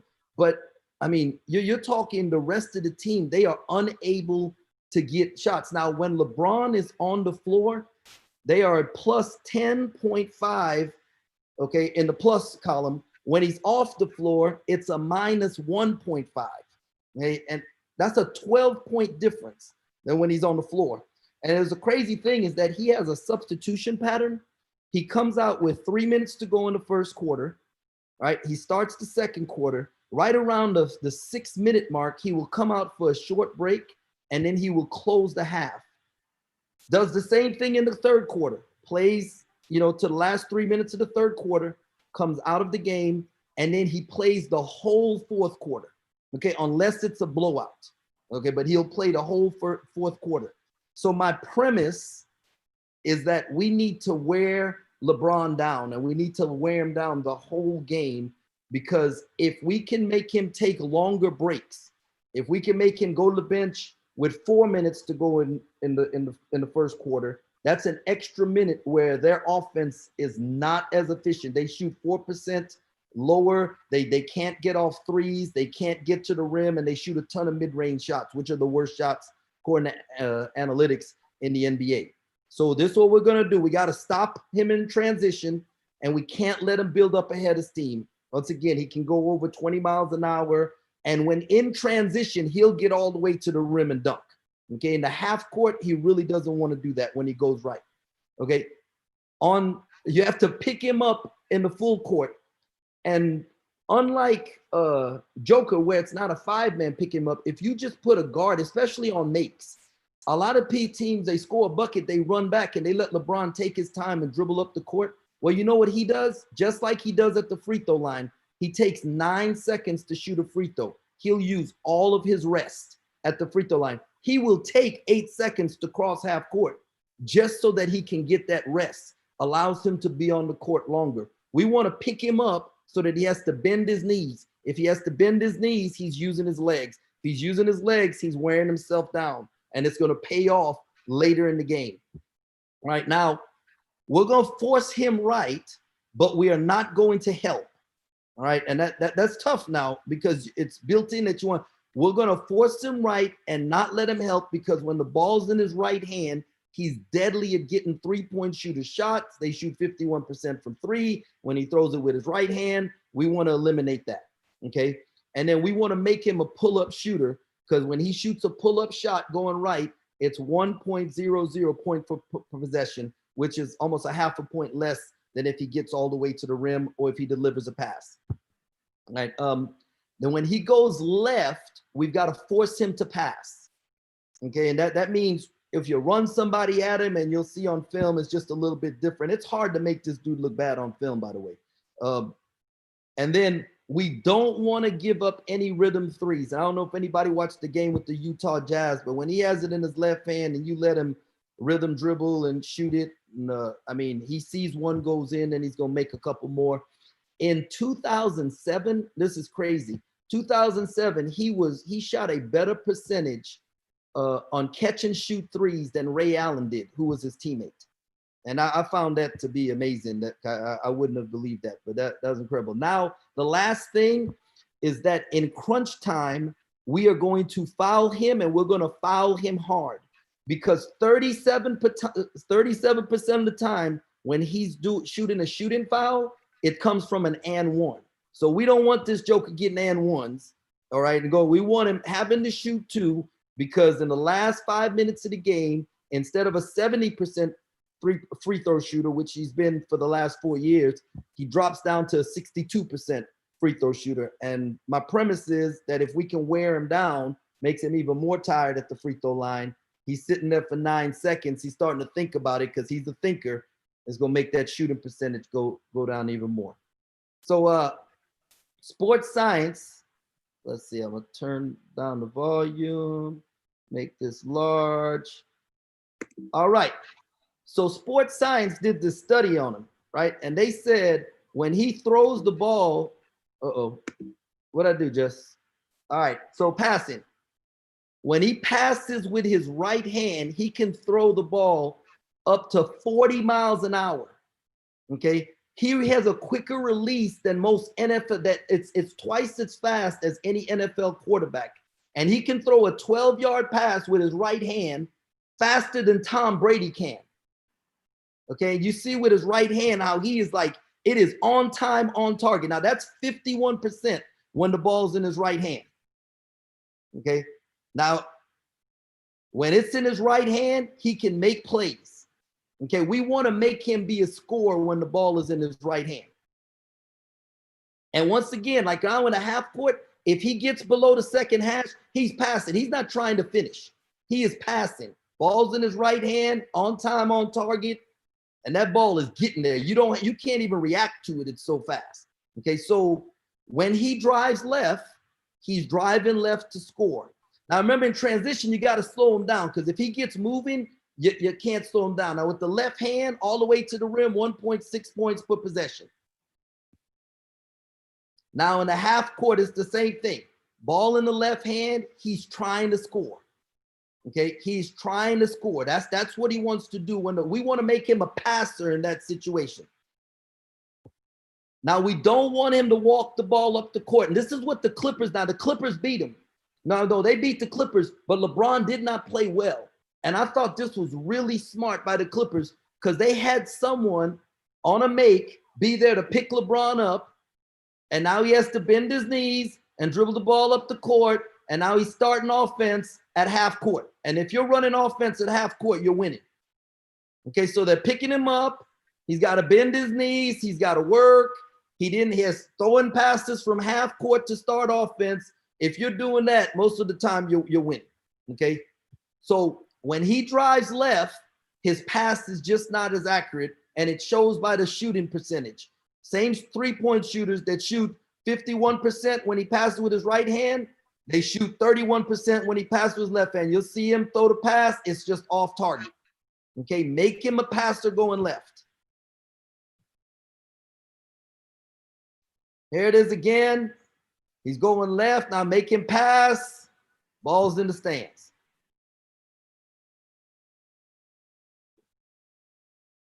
And then late game, we're going to foul him. I didn't want to show him missing any free throws. Like I said, I found this very hard because I'm a Lakers fan, right? And I want to see him win the championship.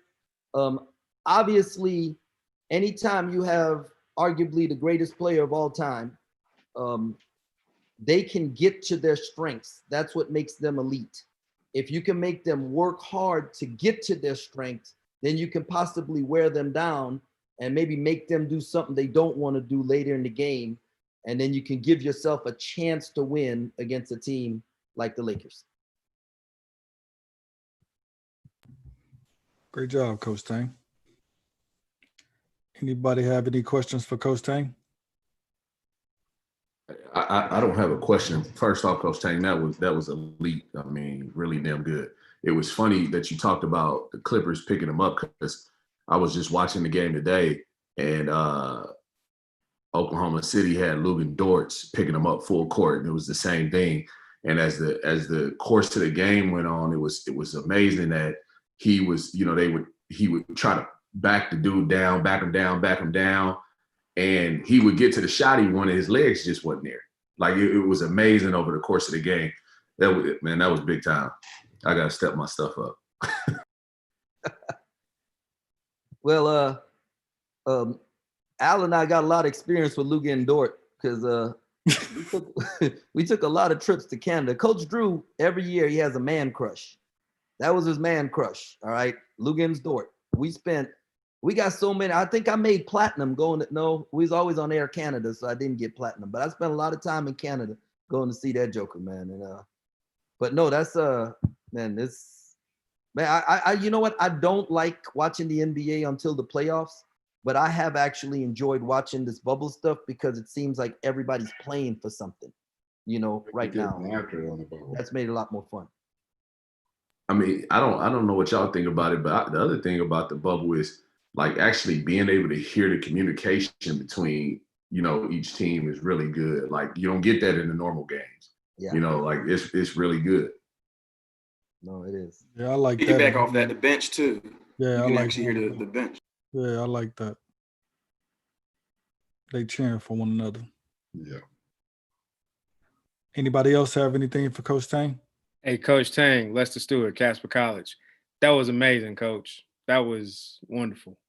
I just want to let you know that publicly. So, I got to give credit to Ben Everett. He's our analytics guy, and one of our GAs helps me with our workouts. And I told him what I needed, and he was able to find it and put it together. Like, I mean, none of us are good by ourselves, man. We got an incredible team, and them dudes make us look really good.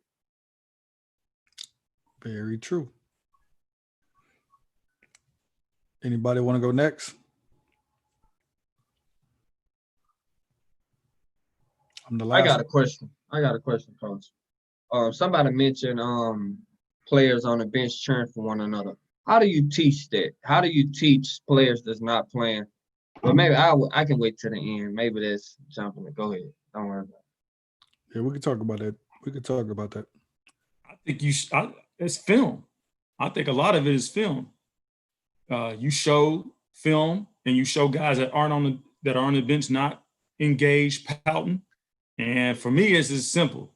You can continue to do that, and you're just going to continue to sit there. Because if you think that's going to make me want to put you in more, you're just sadly mistaken. And then it's something you got to emphasize, I think, in practice every day. You've got to get, especially at the junior college level, you got to get guys to change their mindset that they got to do them. And you have to get their mindset changed to a more team-oriented, and to get them to understand that your teammate success is going to help you. That's not just the junior college level. That's the winning level. It doesn't matter what level. Winning is winning. Like no matter what level you at, everybody have like you said, you fighting that battle. We fight that battle every day too. Our guys, the level for them is the NBA. So we fighting that battle as well. So, and it's for AAU is getting to Division One. For junior college is getting to Division One. High school is, having a scholarship. So, Hey, Figs, I agree. Al, I'm sorry. I agree with you that guys got to do it, otherwise you ain't gonna put them in and stuff. And that's kind of like my mindset. What I've learned from Coach Drew is like your guys, they want to get to Division One, so I would show them clips of Division One guys who are cheering on the bench for their teammates, and because Coach shows clips of NBA guys. Al is really good at this. He gets clips of NBA guys, Steph Curry and KD and them dapping each other up. LeBron, check in on like if we want to block out, we want them to check when the ball's in the air. Look at LeBron and D Wade. They check before they go rebound, and you show them where they want to be doing the things that you want them to do, because you're saying, hey, you got to do this in order to get there, because they require that of you. Now it's not about them doing it for you, because probably they wouldn't do it for you, or they wouldn't do it for me, but they want to get to the NBA, so they'll do it for them, because that's what the NBA scouts are looking for, or that's what the Division I scouts are looking for. And so if you frame it that way, they're not doing it because if they want to get in the game, because coach would be pissed at them if they don't. They're doing it because they want to get that Division I scholarship, or that 4-year school scholarship. Can I add something to that? Yeah. Like, these dudes been playing basketball like their whole life. You've been on a team like your whole life. Like, these people, especially in college, you were with these people for 2 to 4 years. Like, you supposed to cheer for your teammates. Like, you're supposed to do that. Like, I'm not teaching nobody how to be happy for somebody that they call family. Like this is my bro. Like, if my brother, I have brothers, and when my brother does something well, I'm clapping for him. I'm happy for my brother. So, like, I shouldn't have to teach a dude to be happy for somebody that he supposedly love or care about. Like, I don't know. I don't think you should teach that. Like, that's either in you or you not. And if you selfish, then you gotta teach it, bro. Yeah, you gotta teach it. I think you gotta emphasize it. Like, for us, what we do, it happens every year at the start of the year. Someone goes down in practice, you get 1 or 2 guys to go pick them up. We blow the whistle right away, like, hey, someone goes down, everyone goes pick them up. And it never fails. It happens again. 2 or 3 guys do it. We always blow the whistle, make them run until they all realize that, damn, coach is going. So they'll start doing it just so they don't have to run. But the more they do it because they don't want to get punished for it, the more they realize how important it is that they all will do it, because then they start cheering for each other. Like, I think you have to emphasize it and practice it, like everyone's saying, because if not, you'll be surprised.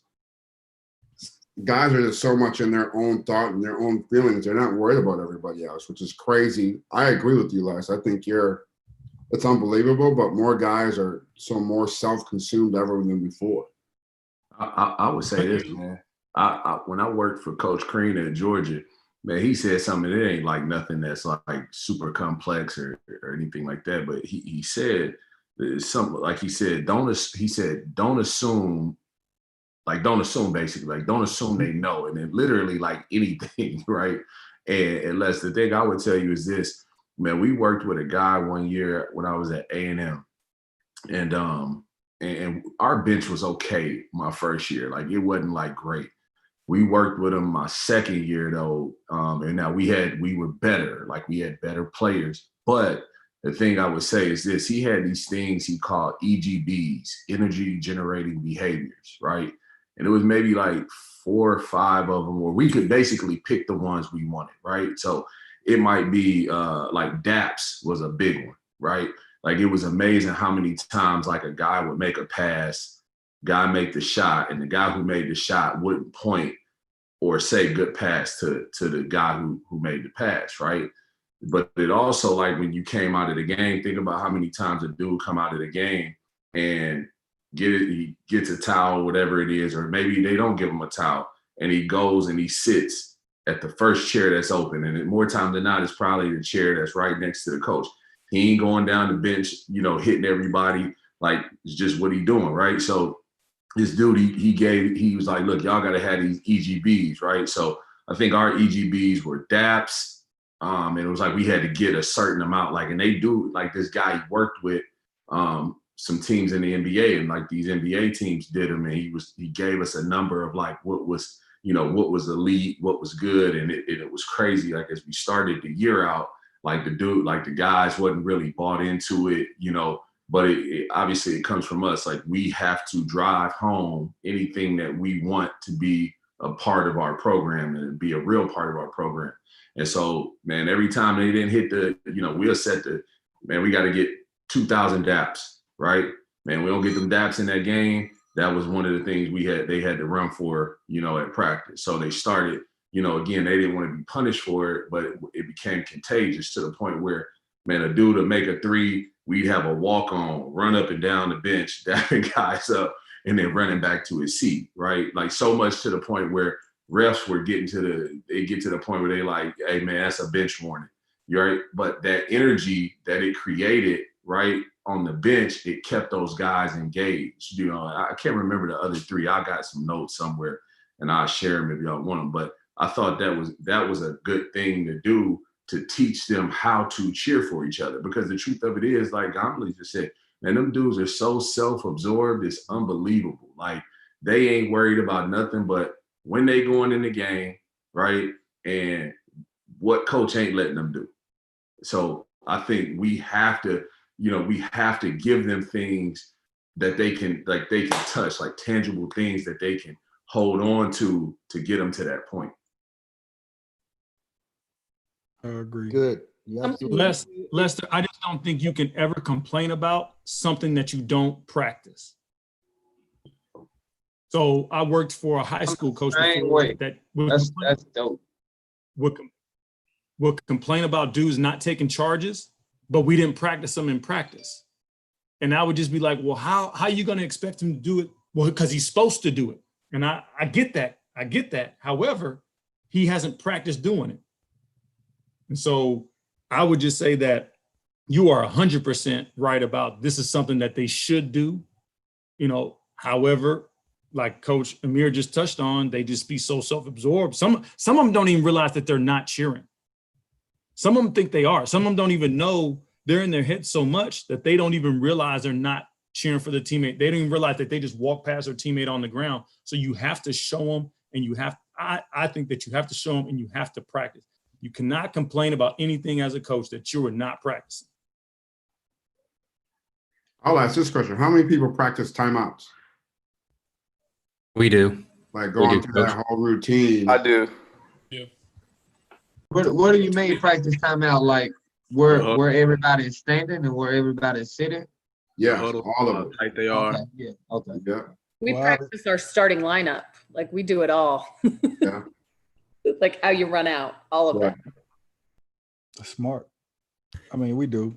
We practice it. I don't know if y'all ever heard of this, but I have this hung up in my office. And so it's the disease of me.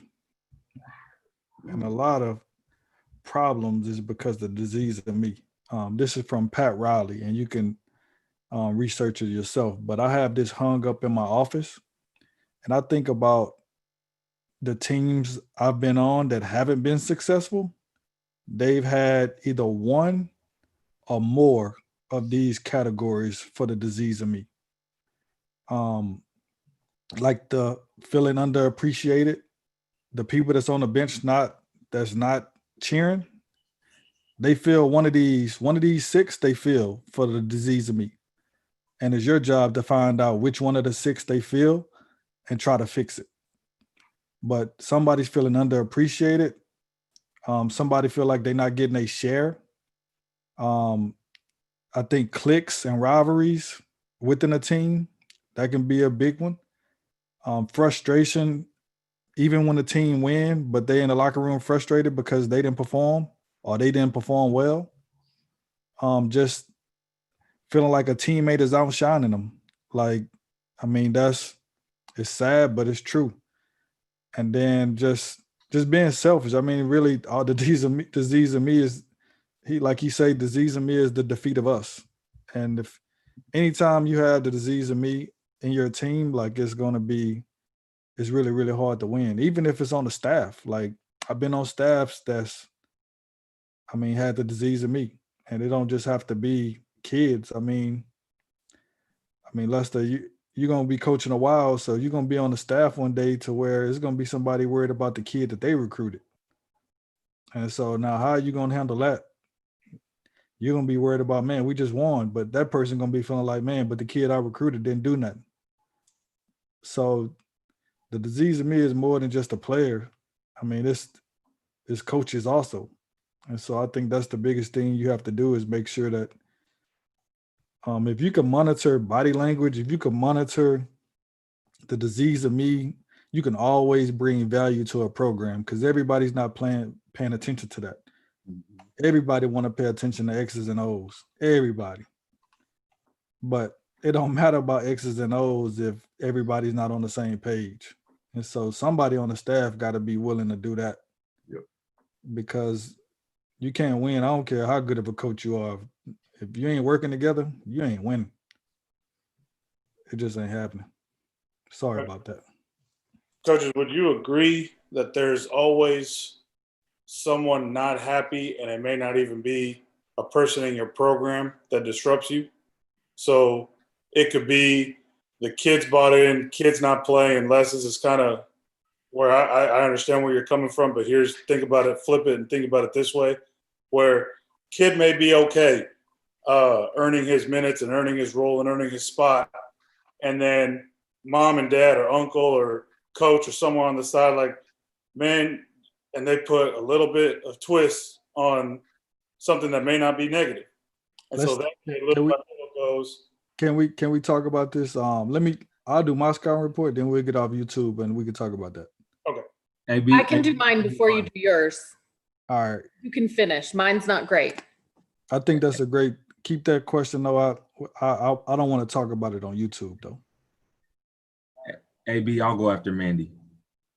Okay.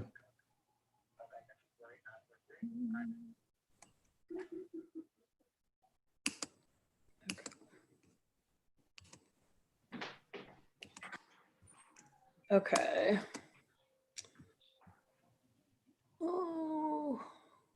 Oh, geez. There we go. Who do you have, Mandy? I have Kawhi. Okay, so I did this like how we would do our scout. I didn't have Synergy access. I asked Synergy, they didn't get it to me. Our men's staff doesn't have the NBA package. So I have clips on here. These again would not be the clips I would use, but Hey girl, you got a Be Ready family. You could ask for that. So during the season, if you need help, reach out. okay. Well, we have Synergy. We just don't have the NBA package. So it's a little outside of our budget currently. Kawhi, I talked to some of his college teammates because they work on our men's staff. And they said the best thing to do is make him score 50.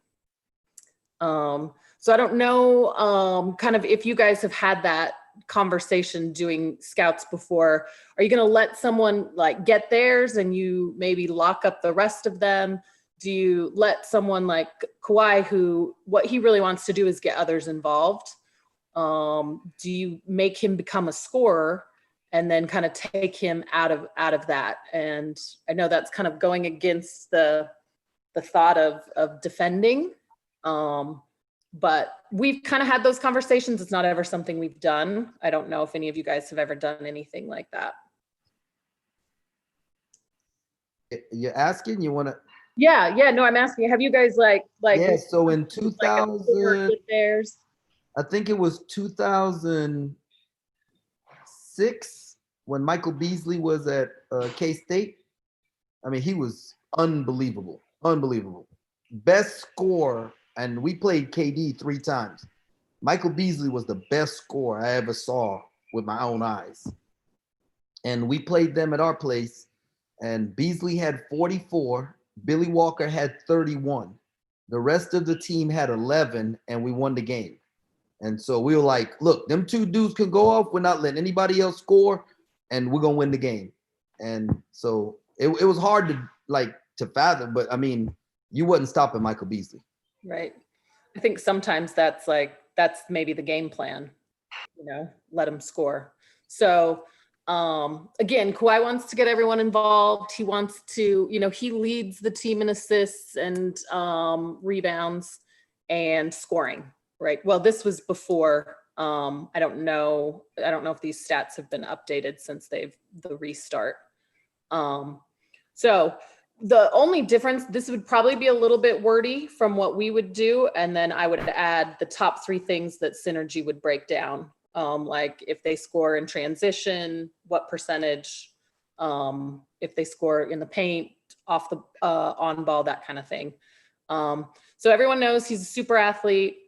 He's probably, in my opinion, the best 2-way player because he's one of the leading defenders as well. He will turn left shoulder in the low post and high post catch, spins in the lane, likes the 1-2 dribble pull up, going left to right, and can step back at the 3, and a really active rebounder. So we would tell our girls how to close out. So I would say close short, so you're ready for the drive, and then up to the 3, and beyond when he makes those catches. Try to force the catches outside of the 3-point line, shade to the left on catches facing, force right shoulder on back to the basket, and probably send a double. He was a good post offensive player because that's primarily, he was more of a power forward in college than the guard position that he is now. We'd switch to over on the on-ball screens, try to keep him off the board, contest pull-ups by crowding the space and force physical, tough finishes, use length, speed, active hands to not allow him to get others involved, and then say a little prayer. Hope the New Balances blow out. So here's some film. There we go. So again, these are all makes. And again, we probably would not show all the makes. We would probably show more of the tendencies of how we would want to stop him. So again, that's post catches. We would be doubling on this and trying to force him further out like those catches, but on those face ups, coming with a double.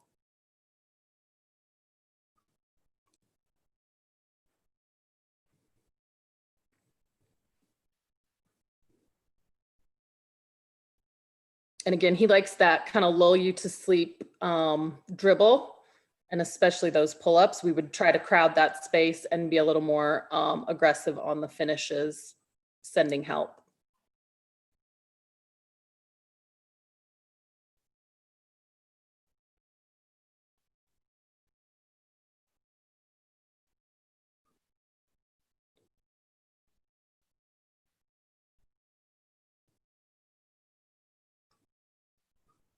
And try to force him, like I said, more shading to the left. He's still pretty good going that direction, but he likes to go, like I said, left to right on those pull-ups.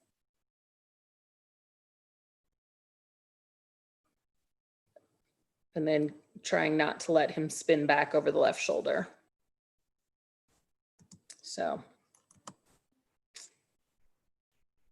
that's probably about what we would do on personnel. Keep it pretty quick like that, not overdo it, especially on their better players, because our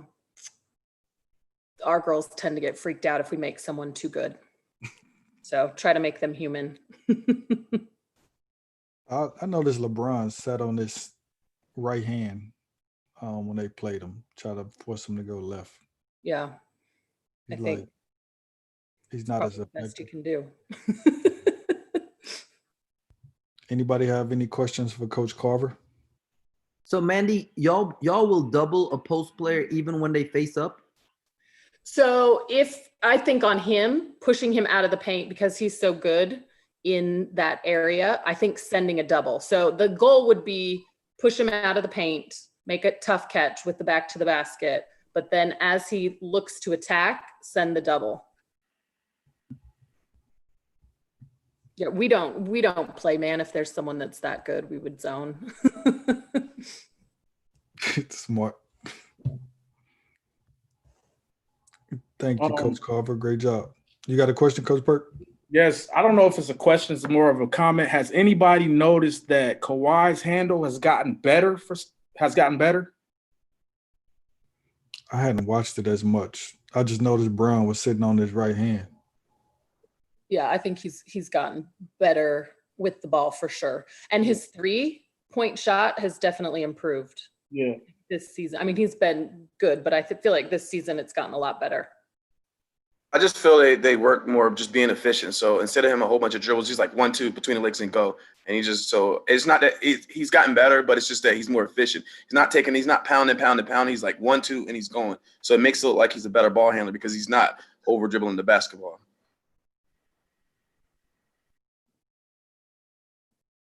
Good job, Coach Carver. Who said they had next after? Oh, that was me. All right, you got it. Coach Brown. Rylan Brown, coach at O'Day High School in Seattle, Washington.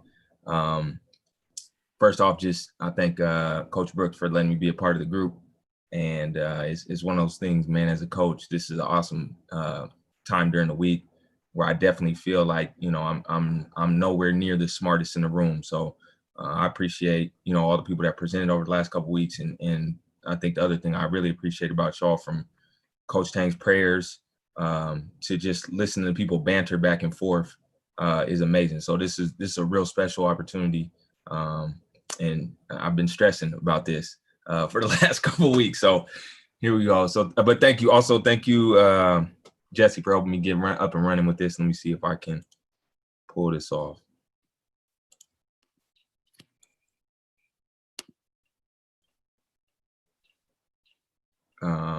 So I had DeMar DeRozan.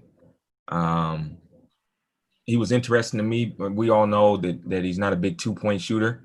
I mean, not a big 3-point shooter. So I was kind of really interested just to kind of see, like, how does he still remain effective, knowing, with this not being a big secret. So really getting into some of the analytics, it was really nice. I used some of the NBA.com. They got a bunch of stats and really kind of taking a deep dive into what he does. It was interesting over his last 5 games, and I think this may or may not be included in the bubble, but his points are down. He's down to like 17, but his assists are up. And I found that to be interesting. I figured with Aldridge being out, his points would increase, but it seems like he's kind of fitting more into a playmaker role. So that was kind of the biggest thing that jumped out at me, and I wanted to see how could we eliminate or really make him earn. How is he getting all these twos, especially in today's game? So some of the tendencies I had: he's a big guard. He's kind of a late 90s, early 2000s model in my eyes. Loves the post drive, get to the free throw line.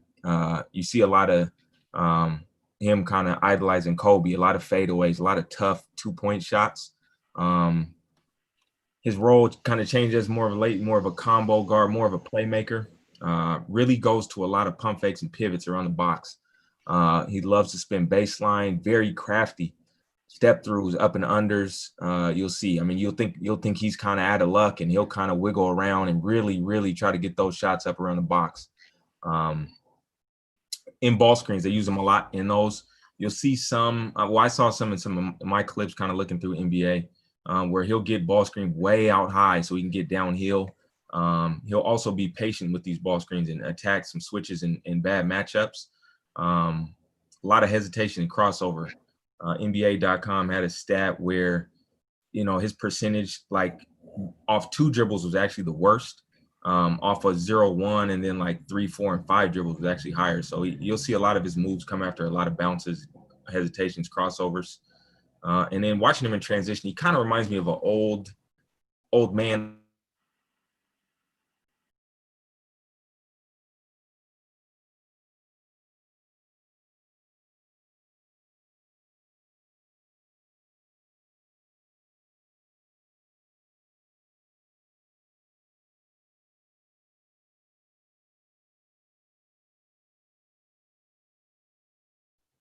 Is my Wi-Fi messing up or is everybody silent? Hey, is that me or did he freeze? Yeah. Gone. All right, good, because I thought Al was about to make fun of my Wi-Fi again. I Got thought that it was Teddy me. Riley, man. I thought it was me. I started making you and my pops the co-host. You said old man, and the internet said you got it. Yeah, he'll log back on. So once he do, Okay, we'll continue it.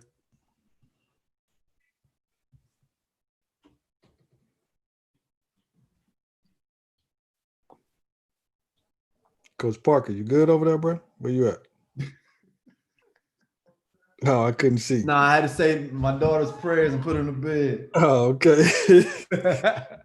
I noticed you ain't on that couch tonight. Nah, man, I stayed off the couch. And I took a nap. Hey, you see, I didn't put no mileage on the app today. Oh, all right. So I was closing my eyes during the prayer. Who had their eyes open? Tim Pete, how you catch that? See, because they didn't have their eyes closed. See, it was after the prayer. No, it was after the prayer. We said no.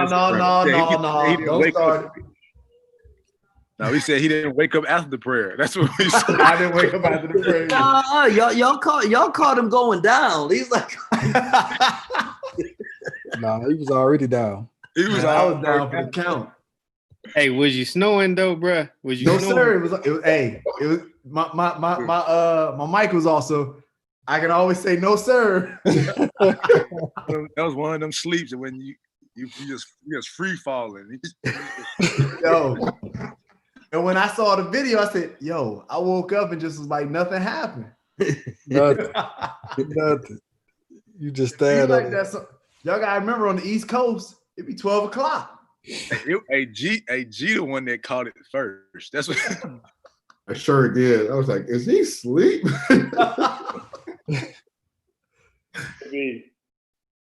Can I talk a little bit about tomorrow? Yeah, you got it. So for those of you who don't know or don't understand the message that AB sent in the group today, I just want to say thanks to all of you. Thanks to AB, Coach Tang. I've been fortunate enough that Jesse and Just Play have allowed me an opportunity to partner up with them on the side to help them start a program that they're trying to get up and running.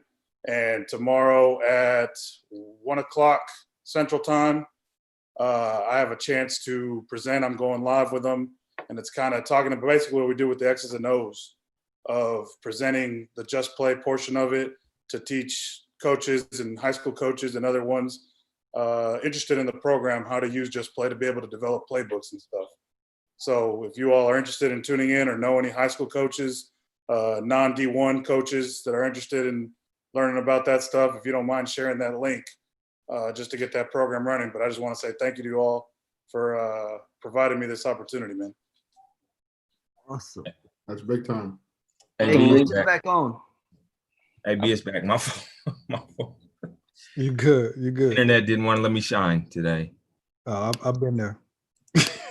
I'm thankful. I'm thankful because when I'm teaching remote, that hasn't happened. So at least, I guess it's my time. So my fault, folks.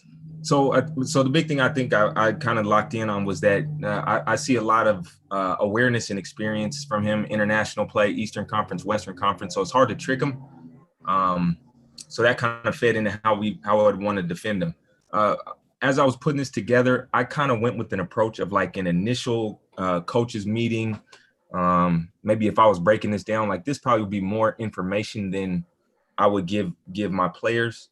But this will kind of be like how I'm trying to let folks know, like, hey, this is what we want to do. This is how we're kind of building this out. So I know a lot of people talked about like, what's the approach, but this will probably be a little bit more and kind of for my own mental attack. So out of those twos, we know 97% are twos. Mid-range jumped out, but it wasn't a big one. Free throws were big, off turnovers, but a lot were in the paint. A lot of his baskets were unassisted. So I think what I was saying before it got cut off was he's kind of like a throwback, late 90s, 2000s kind of shooting guard. A lot of moves on his own, post-up isolation. And another thing that jumped out at me was before the bubble, he was at 17-8. Percentages were low, and his plus minus was the worst. And I was like, maybe he's possibly wearing down. So that was something I kind of wanted to attack on this. So defensively, got to be able to defend without fouling. He draws about 5 fouls per game. A lot of the pivots and such. Make sure you get good position and get him away from the box, and then wall up on the drives. Make him shoot those hard shots. The hard shots don't phase him, but his numbers aren't great. And at the end of the day, they're just twos. So see if we can take that away. There's a Contest the mid-range jumpers. These are the shots that are ideal for us. If there's something that we can green light, it's those, and just making sure we contest those. And there's some clips of those. We'll see some makes here. Stay engaged away from the ball. A lot of the playmaking comes with guys falling asleep, right? So we want to limit double teams, and then stay home. He really loves to attack going right or left, but kicking out to that ball side corner. So staying home, taking away those threes. He'll hit Mills. He'll hit Bellinelli. Derek White, like he gets a majority of his assists are for threes. So limiting that, making sure we can try to play one-on-one as much as possible. Bigger matchups are great. When guards are on him, he loves to play bully ball. And if we're going to double, come from the middle, and especially on the left box, and force him into that shot going baseline. He's about 40% there. That was his worst number by far. Ball screens drop to try to encourage that mid-range. If you're chasing over that top, if you're the initial defender, be ready to defend the attack. Look to poke from behind, contest the mid-range, make it hard, and then switch depending on matchups. We're going to see some good switches in the clips. And if he's really getting going, just hard heads or trap. The Spurs really didn't have like Pirtle and some of their guys, not really the short roll guys like we saw earlier with the Sabonis. So if he's really trying to get going, I would do that. He's a really late quarter. They'll run a high ball screen for him. Our goal would just be make him a scorer, not a playmaker. When he gets more assists, they get more. He averages more assists and wins than in losses. And the field goal attempts and free throw attempts are higher, but they don't do as well as a team. He's not a great defender in my mind. So you got to attack him there, kind of like what Coach Tang was saying. He don't let him conserve energy. Go at him both ways. Move without the ball, screen him, attack him when you got the ball, and he gives up good percentages, especially around the rim and in between. So move without it. Okay, so clip wise, got these. So first one, you're gonna see him attacking. You'll see the dribble moves here. So he just kind of gets settled. And you're going to see a late contest. That's DeJounte. You'll get it here. Late clock. He's their late clock guy, but just stay here and then contest. These are ones that we'll have to live with. If he can get 25, 30 on that, then we're in good position. Those are the ones that we want. Those will be wins for us defensively. Here, gets going downhill. And again, you'll see a lot of bump. He's physical, but you got to wall up. Can't let him push you out of bounds and on those going downhill. Make him take those hard shots, those coming off low percentage. You'll get an attack here. He's going to get a switch on Whiteside here. So Aldridge sets the screen, and now right here, he's just dribbling to set it up, and you'll see a hesitation, cross, and then big attack, right? This is where he thrives. So bigs, you can kind of be ready to be active with your feet, but we want those mid-range jumpers, right? So be ready to chest up or really keep them in front. Here you'll see an example of kind of that slow trail. You can see him at the bottom coming in late. They don't, oh yeah, here. He doesn't look to attack, they walled it up, but here he's just sizing it up, isolation, dribble, hesitation, and then again, just looking to kind of bully his way to the rim. Be strong and wall those up. On all these clips, you'll see his attacks, it always starts off with a bounce just to kind of get comfortable and size the guy up. He's a really good isolation defender. Offensive player. Here he'll drive. Dribbles. And again, big bump, wall up. Let's make him make these hard shots. Playing downhill there. And here you're going to see a dribble into a spin. And again, this is another one. Bump, big spin here. Falling away. Tough contest, right? We'll have to live with those, right? If he can get 22 on that, again, we're not double teaming and not allowing those threes on passes to turn into twos. Here's a switch with Montrez, bounce to get rhythm. And again, long two contest, we're in great rebound position. So again, those would be a win. Last one, or second to last one. He's going to dribble down to a post, big post on the left box. Stay down on the fakes, right? These are free throw opportunities, a lot of pivots, right? So a good example of that, but stay down on the fakes, wall those up. And last one, we'll see one against a switch, get a solid inbounds, and they'll end up with Draymond on him on the switch, on the handoff. And again, bounce into a long jumper. Again, you kind of know he's not shooting threes, so he's going to have to step inside, and that's when your radar's really got to start going off and really start thinking contest and limit what he wants to do. Again, mentality has got to be get those contested jumpers, wall up, really defend, be mindful of our matchups. Was really the big one that I think if we have to guard with a little, you kind of know he's going to go with the bully ball. So that may be an opportunity to kind of bait him into a double team. But again, I think he's seen a lot and be selective with it. He's really actually going over his left shoulder is actually better fading away according to the numbers. So when he's on that left box, if you can double from the middle, go for it. On the right side, you may want to squeeze down and come from the baseline just to kind of mix it up. But a really talented player. If I was to do this with the team, I would definitely make sure that mix in maybe one or two of the misses.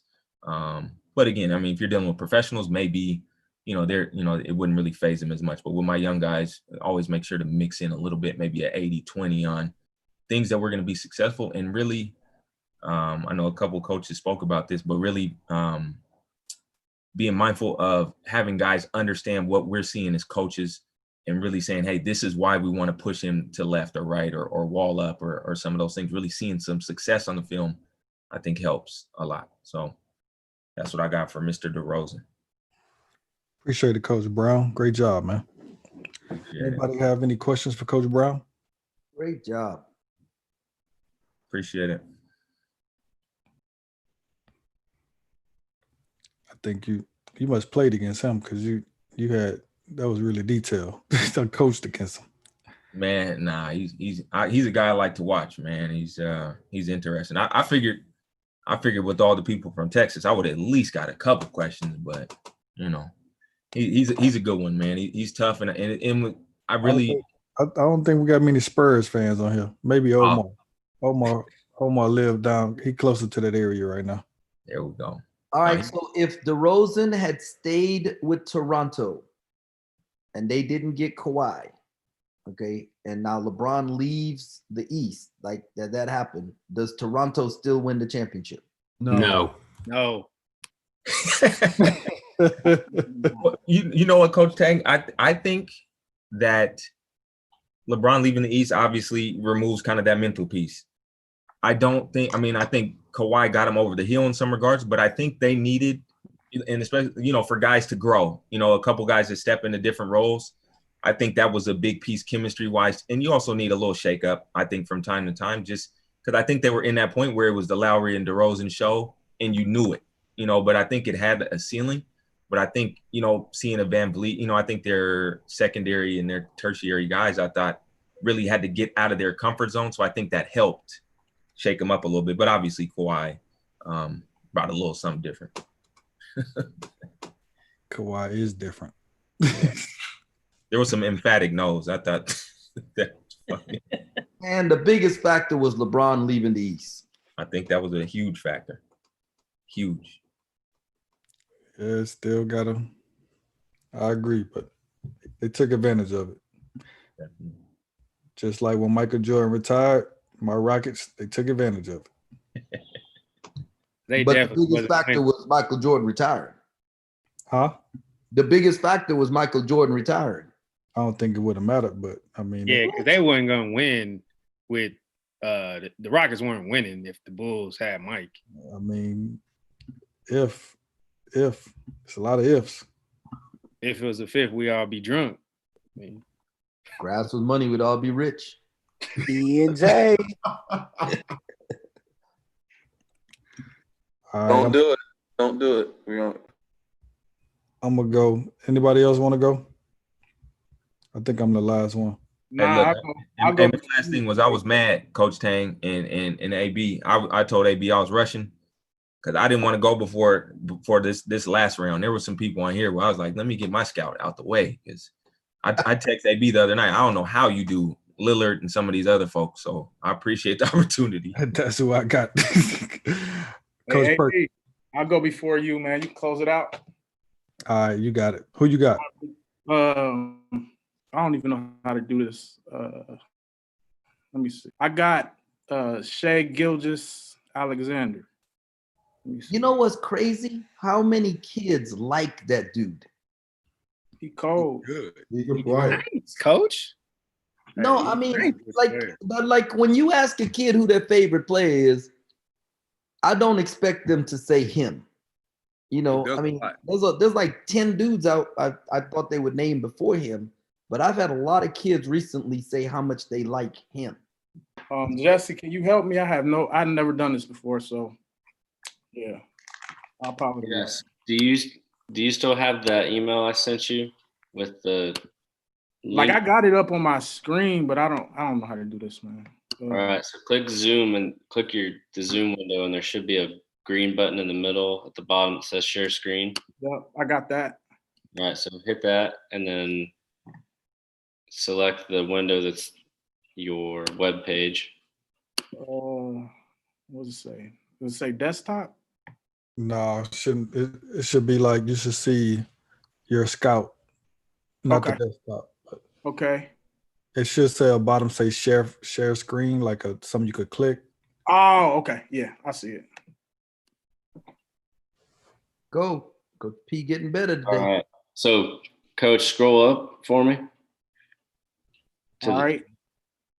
Yeah, keep going.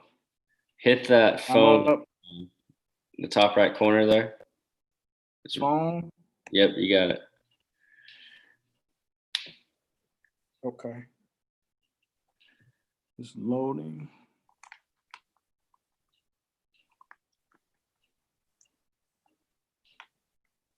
All right, then hit the thunder.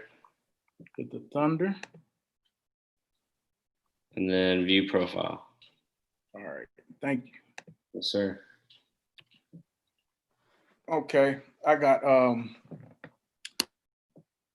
SGA is what they call him. I would consider he's a combo guard. When Chris Paul has the ball, he plays off the ball a lot. So super long, plays with really good pace. He has great length for the guard spot. He's super smooth to me. He loves the floater when he touches the paint. So we want to try and keep him out of the paint. He loves the floater. He's decent playmaker in the pick and roll. And he's super patient. Whenever he's in the pick and roll, he likes to snake the ball screen a lot. I would say he has a solid handle, long athlete, and he's very, very smooth movement. He has a super slow jump shot, but he's decent from 3-point range. But he doesn't shoot a lot of them. So that's one of the things, if we want to stop him, what we would want to do is give him the 3. All right. So how we're going to defend him in pick and roll coverage, we're going to go under the screen. I'd like to see him shoot the 3. I don't think he can beat us shooting the 3 at all. We're going to make him beat us with his jumper. Definitely. I think we can help off of him, but we can still get back to our men, and we can still get back to our men if we help off of him.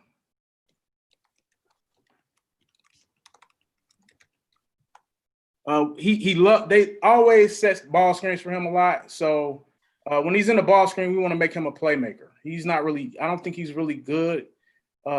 He doesn't really have a lot of assists, 3.3. So he's better off.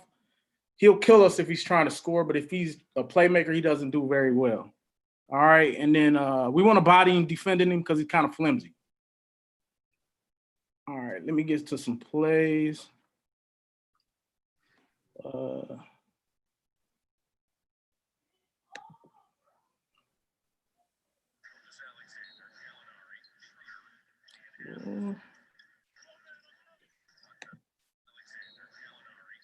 don't know how to take. If you How scroll do I scroll up a little bit, scroll up? there should be. Okay, There you gotcha. All right, cool. Thank you. All right, so right here, he's playing off the ball a little bit. He's playing off the ball.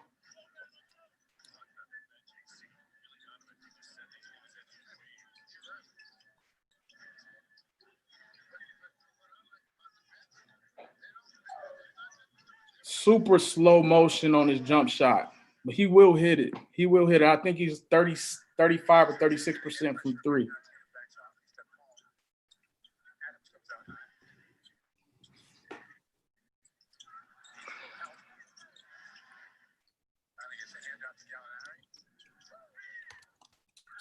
Super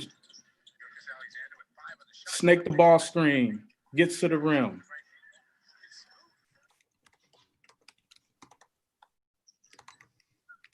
I don't know anybody that I would compare to how he plays. He's kind of slow and not really athletic, but he gets to his spots.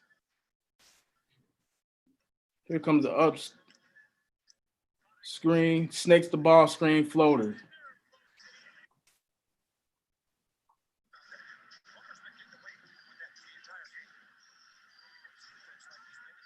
Off the ball.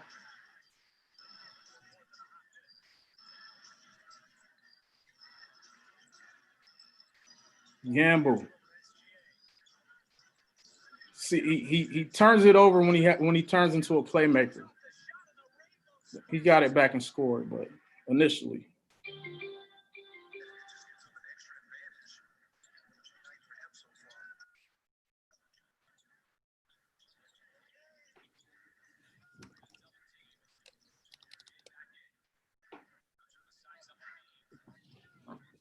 Slow jumper. I think we can contest that and make him miss some.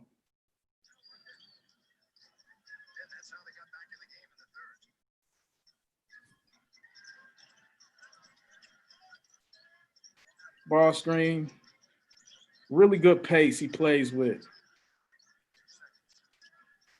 Floater.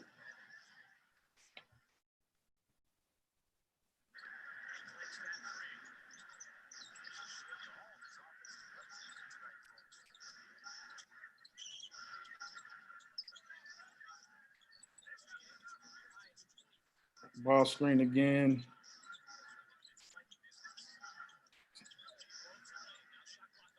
Oh.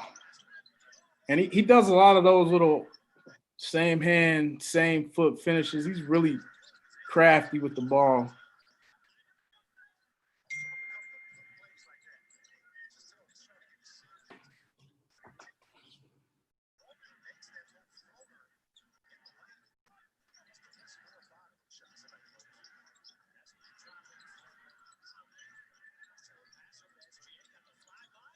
Oh, man.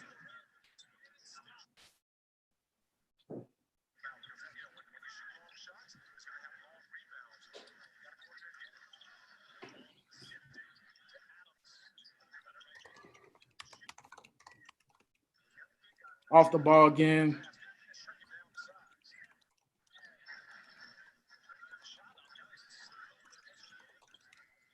One of those funky finishes, same hand, same foot.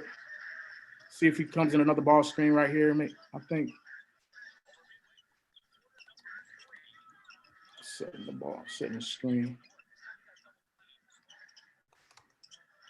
Oh. I remember this play. That's funky.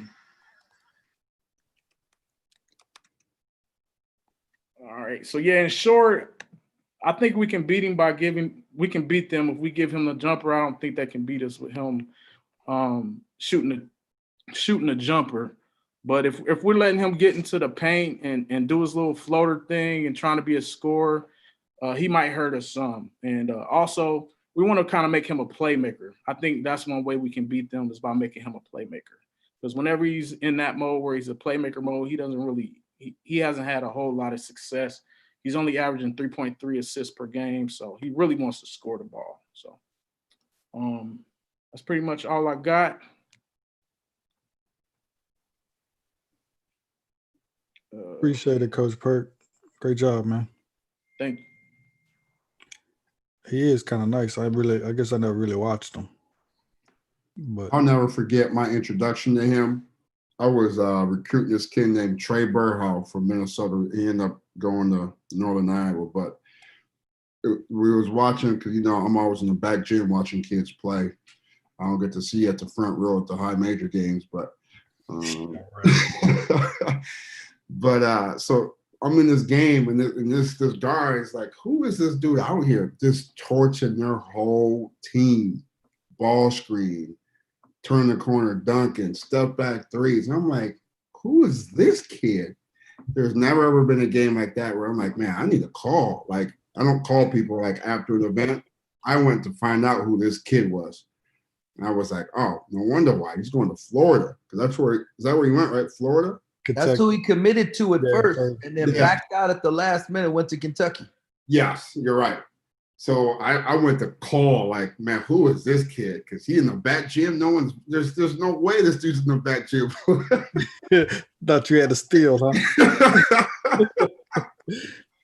Florida. I was geeked for a little bit there. Like, damn. Coach Tang, why you acting like you didn't know he was that good? Where was we at? No, I did not say I didn't think he was good. I said that I was surprised how many kids like him. Oh, I got you, Coach. I mean, we watched. I wouldn't think he's not a superstar. He might end up one day being an all-star, but I don't think he's a superstar. And so for as many kids, Al, weren't you surprised how many kids that we did? We had a lot of recruits say that they liked that. A lot of recruits, when you ask him, it was like, bam, they said his name. And I was like, man, his name just kept coming up over and over. And I was like, Coach, he's also one of the best dressed dudes in the NBA. So all that goes into play. Okay. All right. That makes some sense right there. What kids think is important.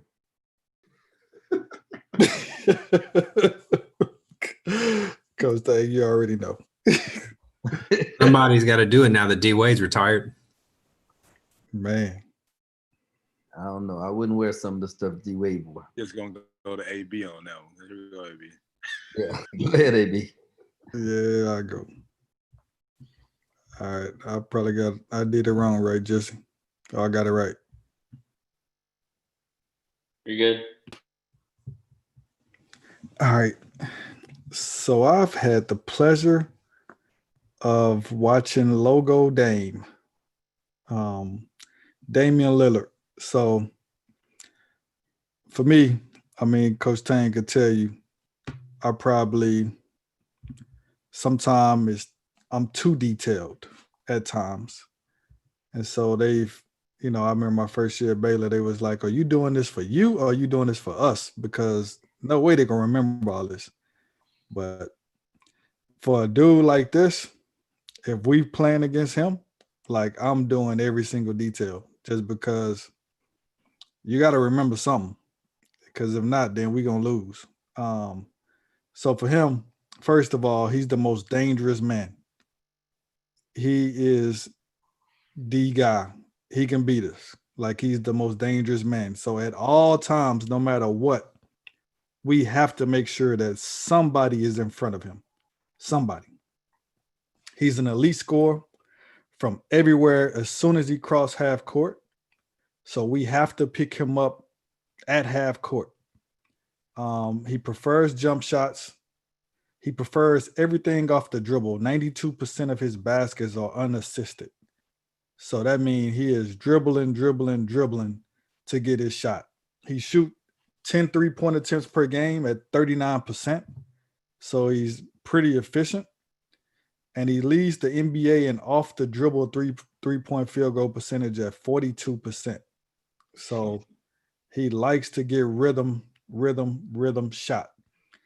Jump shots are 62% of his attempts. So we have to make sure that we're guarding him. And once he's coming off a ball screen, we're going to make sure that it's always a hedge. It always has to be a hedge, not a flat hedge. It has to be a hedge at the level of the screen. Because if we make any mistake, especially if he's going left, he's going to make us pay for it. So 51% frequency of his 2-point field goal percentage. So that's what he want to do the most. He either want to get to the rim or he want to shoot a three. He's not really shooting mid-range shots of floaters. And so our goal is try to force him into shooting twos or runners, but nothing at the rim and no threes, because he does get fouled a lot. And the reason why he averages 29 points a game is because he's getting 8 free throw attempts per game and he's making it at a clip of 88%. So we want to make sure we don't foul him. At the same time, he's shooting 10 threes a game, shooting 39%. So we don't want to foul him. Don't want to give him any layups or dunks. And his offense is 52%. He's the pick and roll ball handler. So he's looking to come off the ball screen and shoot no matter where he's at once he cross half court. So we got to make sure that we do that. And one thing that I thought was pretty good about him is he's a good passer. He's averaging 8 assists with the 2.7 assist to turnover range. So biggest thing is that I found watching is if you can switch, if you have the personnel to switch and just keep them in front, then we have a better chance. I know that when you're 0 to 2 feet, which is close as a defender, then he's shooting like 34%. But then once you get from 4 to 6 to from 2 to 6 feet, he's shooting 39%. So the closer we are, the better. And so we have to make sure that we always crowding his space and not giving him any opportunities to be able to see the rim. And we want to force him right, but we want to force him right to drive. Because if he's driving right, and he's trying to drive and finish, and even his pull-ups and his runners when he's driving right are not as efficient. If you could look at his points per possession and how to defend. When he's driving right, his points per possession is not as efficient. When he's driving left, he's really, really elite. I mean, so we got to show her early help. So, I mean, let me show the film.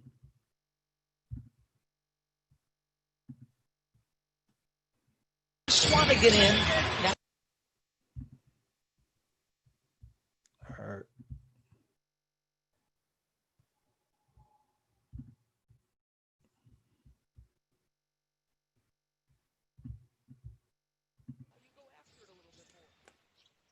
So here's the switch.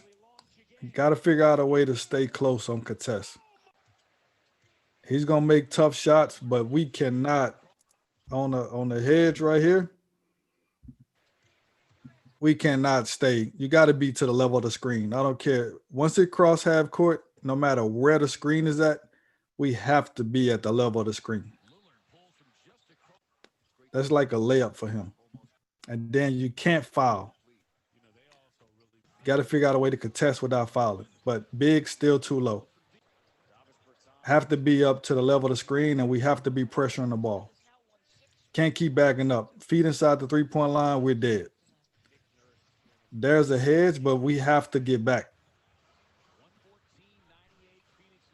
Big is too low.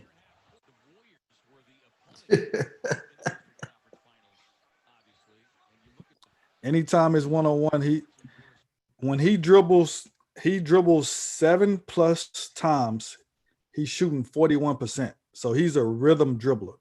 He wants to get his rhythm. And when he's dribbling, the more he dribbles, the better he is.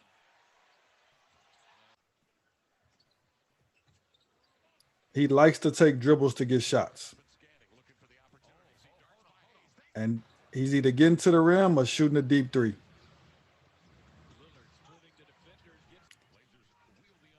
Got to make sure that we build the wall.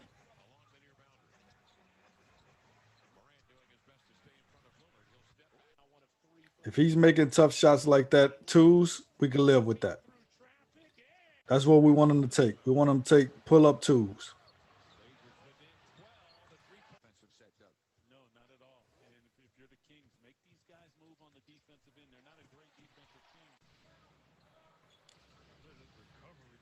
We got to build the wall.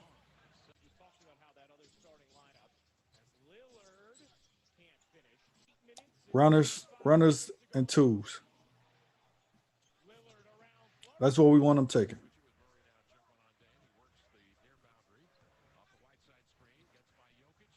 Runners and twos. We living with that.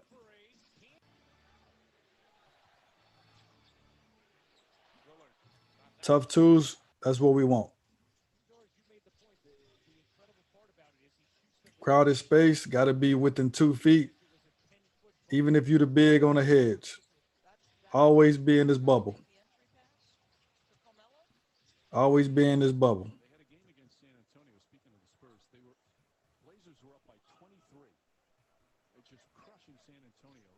He takes the most shots on their team. He's shooting 20 shots a game. So we always going to be in this bubble. Always in this bubble.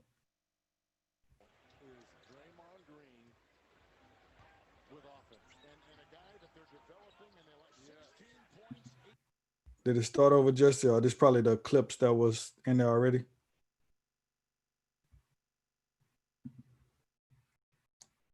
think that was the clips that was already in there. But biggest thing is staying in this bubble. You got to be within 2 feet, guarding him basically with your hands in there to make sure that he doesn't shoot and force him to take runners and tough twos. But once he cross half court, he's a threat. Literally, he's a threat when he cross half court. If you're not guarding him when he get past half court, Coach Tane can tell you this. I always say it's disrespectful. I tell our players all the time, if they closing out to a person that can shoot and they close out with their hands down, I say that's a disrespectful closeout and you should pay for it. So we don't want to ever be disrespectful. As soon as he cross half court, we need to guard him. AB, you're not slick. Dream Dowling Conference USA champ. You're not slick putting Royce O'Neal on him to get a stop and a turnover. You're not slick, man. What do you mean? Trying to get that Baylor in there. I see that. What do you mean? I'm just going off of clips, bro. I'm going off. That boy's an elite defender. He know his role. That's his role. That's why he in the league. Where'd he learn that from?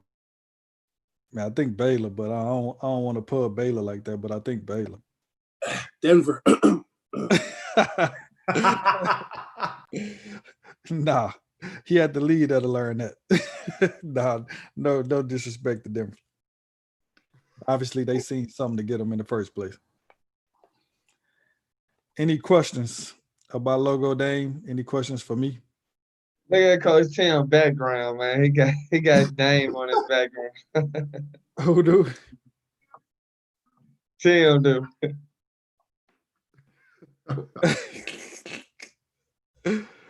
Hey, hey, Coach. This is Lester Stewart, Casper College.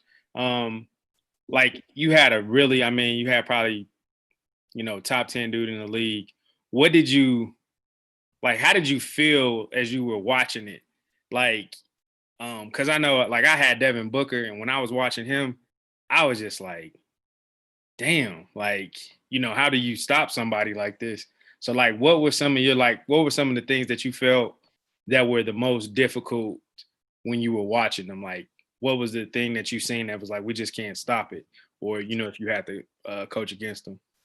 So the first thing was I'm a big stats guy. And so I always go to Synergy to check numbers, even on my scouts. And I like to look up stats before I even watch anything just to see, what I see. And logging on to Synergy and seeing, I've never seen that many excellence in my career. And he had more excellence than I don't think I've ever seen. And so I remember, I was talking to some of our guards about it because they knew that I did the scout. And they was asking me about it. And I just told them, I said, man, I've never seen that many excellence before. And I seen Dame when he was in high school. And so, so to see him from high school to now, like, it's unbelievable. And, basically he's been in the league for 7, 8 years. So he's had a chance to perfect his craft at a different level than a lot of people. You could tell he really sacrificed, and he's gotten better year by year, just looking at him from rookie year to now. And so I was trying to figure out how do you, if a guy with that many excellence and a guy that's a threat once he pass half court, like that's a lot of real estate that he's working with because he can make a shot from almost half court. So you have to guard him that far. That's a lot of real estate he's working with. And so biggest thing I was trying to figure out how to make him get to twos and how to make him get to runners because he got so much real estate because he could shoot from almost half court. So I think that was the most challenging part because most guys in college, they can't go further than, the college 3-point line. So you can guard them, a step outside the college 3-point line. And after that, you good. But with him, it's a lot more real estate you have to guard. AB, this is Trendell Perkins, Sinclair College. So since he plays with CJ, how often, I don't know if you looked at this, but how often does he play off the ball and how well is he off the ball? He don't play much off the ball. 92% of his shots are unassisted, and he's shooting 20 shots a game more than anybody on the team. So, if CJ got the ball, CJ's second in shot attempts at like 19, 18, he ain't fall off. So he's getting his clips up. But for the most part, Dame is going to dominate the ball, especially if it's towards the end of the game. Then Dame definitely going to dominate the ball and make the decisions on whether he pass it or shoot it. And I think Dame averaged more points just because he go to the free throw line a lot more than CJ. But they shoot around the same amount of shots, but Dame just get a lot more free throws than CJ. AB, question, conference champs, CUSA. How many logo shots is okay with you against scouting against him? Like, are you okay with him taking the logo shots? How many are you okay with him taking? Like, come on, man, you can't go 50% from out here. Mm-hmm. Even though I know over the last 2 years, he led the league in shots from that distance. I think shooting like 38% or something like that. And I only know that because Beckner and Coach Mack are really good friends. So, yeah, I think that's the tough part, man. I mean, researching it, like he was I was looking like the last 6 games, like it was like his deep shots was like stupid, and he was 57% from 3. And most of them, a lot of them were deep. And so, I mean, he was averaging at that point, them last 6 games, he's averaging 49 points. And so I just think, I mean, you got to kind of pick your poison. Like, I feel like you just got to double them. Like, the big always got to be at the level of the screen. Because if he pass it, then he coming right back to it. Yeah, he's coming back to it, but he's going to get closer into the 3-point line, and now you got a better chance of shrinking the floor a little bit more. But I wouldn't allow him to, because if he hits one, like he's one of those dudes that he talks to himself. And when you got dudes that talk to yourself, like them bad dudes. Like, yeah. I was watching, he was hitting shots, and he's just talking to himself. I'm like, oh, he on another level. Like, because them dudes that talk to themselves, they get in a different mindset than a lot of people. And I think that's why he's great. Gotcha. AB, Gamali, Algebra, South Dakota. This is kind of going to be a loaded question here, but after watching Dame play and doing scouting, do you think he's better than Steph Curry? That's tough. I think I don't know, bro. Steph a bad boy. And I hadn't done a detailed scout on Steph, but so it's kind of unfair, but just in my mindset, Steph is a bad boy. Right. I don't want to disrespect Steph like that. Okay. So, and we can even open this up if you want, but so you're just not going to answer the question, Alvin? Because that really didn't answer the question at all. The government name, Fig? He a politician. I'm just telling you, like I hadn't done a detail. I did a detailed scout. I'll be honest, Damian Lillard is better than what I expected just after doing this scout. Like I never really paid attention to him like that. Like I don't really watch NBA like that. Like, so I see the highlights, and see him shooting the deep three over Paul George. I see all that, but I never like actually looked at his stats. Like, I ain't realized the dude was averaging 29 points. I ain't know that. Yeah, he be torching. So Yeah, the reason why I said it's a loaded question is because I'd be curious, because everyone thinks Steph Curry is completely better than Dame Lillard. And so, I know he's a better passer for sure. So the reason why I said it's a loaded question, because my next question would have been, if you swap Dame and Steph, do the Warriors still win it? No. Dame on the squad, and Mandy, is Portland as good with Steph on the squad leading their team? See, this is why I think it's different, because Steph wins without the ball. Dame he always has the ball. Like, I don't know how much he could play off the ball and be effective. I'm sure he can, but it'd be a huge adjustment for him. Well, like, Steph can play with, like, if you put Kevin Durant with Damian Lillard, or LeBron with Damian Lillard, I don't know how that work. But I think if you put, obviously you've seen how it worked with Steph, because Steph would be willing, he could play off the ball. Right. So that's why I think it'll be different, because of just how they both play. Like, 92% of your shots are unassisted. That means you never played out of a closeout. It don't necessarily mean that you have to. It means that they're not leaving you. 7+ dribbles though is when he shoots the most. Because he always being guarded by the best defender. Always. Steph Curry's not always being guarded by the best defender, because the best defender is guarding Kevin Durant. I mean, he did win one without Kevin Durant, though. No, I'm not saying I don't even know who I like better, but I mean, when you look at it, Damian Lillard always has the best defender guarding him, and they never leave him, so he never plays out of closeout. See, I watched Steph Curry play against the Rockets in person. That's like the last NBA game I went to, and I was really surprised. I left there as a fan, because they were literally holding him, and he still just moved without the ball. Just as soon as he catch it though, he's like a bucket, and like his handles is like elite. Who are the other guys on the floor with him? Klay Thompson, Draymond Green. KD wasn't there at the time. Okay, so when has Damian Lillard ever played with two other All-Stars? CJ is one. When was CJ All-Star? He had a talent to be one. No, and that's one, and that's still only one. That ain't two. But still, he still was never All-Star. No, I agree. I just think that they totally different players. Like, one needs the ball, one could be fine without the ball.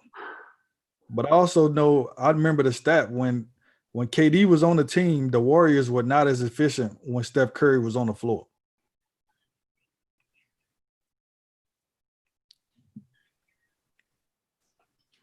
Do I need to hit a crickets button or something? No, they still won the championship. Put a poll up. They won the championship easily when KD was on the team, even though they weren't as efficient, because they would just waste so much more talented.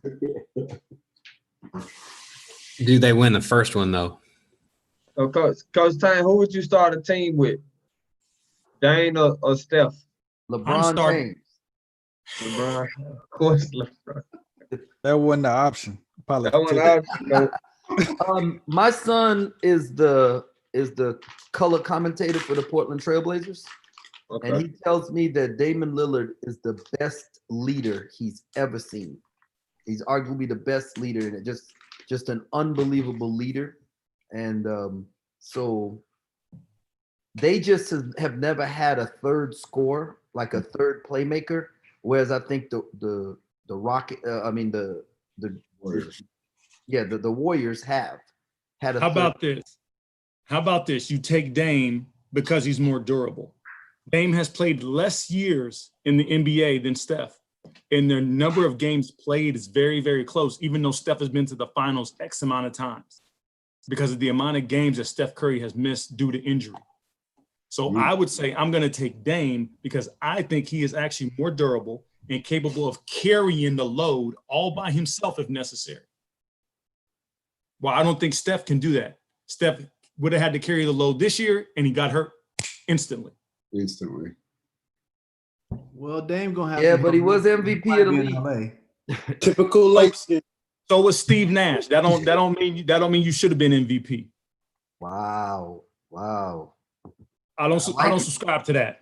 I like we, it. We're disrespecting Curry right now. We're really disrespecting the best I'm not shooter disrespecting. of all time. The best shooter of all time.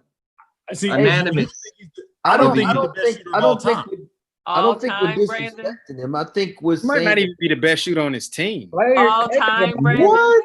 All The time. best shooter of all time. 3 rings. Did Dame go to the right level, the right college, or did he get under recruited? No, they both did. Steph and Yep. Dame absolutely both went to the best spot for them, because I believe that if Steph goes to Virginia Tech and follows his dad, he don't get on the floor as a freshman. They don't view him the same way. So does that help propel their NBA careers? Absolutely. Yes. Yes. I hope we all heard that on YouTube Live. Just saying. No. Hey, Al, stop recording real quick. Nah, keep that thing rolling. No, I mean it's Power 5 guards that same thing, but I just think I don't think they were as good at that time, and so I they saw film of him at Weber because right when I got to North Dakota, he just finished his senior year, and I was watching film of him. He was a bad boy. Well, I recruited him. I was at Bradley at the time, and I recruited him. I watched him at the Great American Shootout in Dallas. He played for, I can't say the AU team, but he played for Oakland team.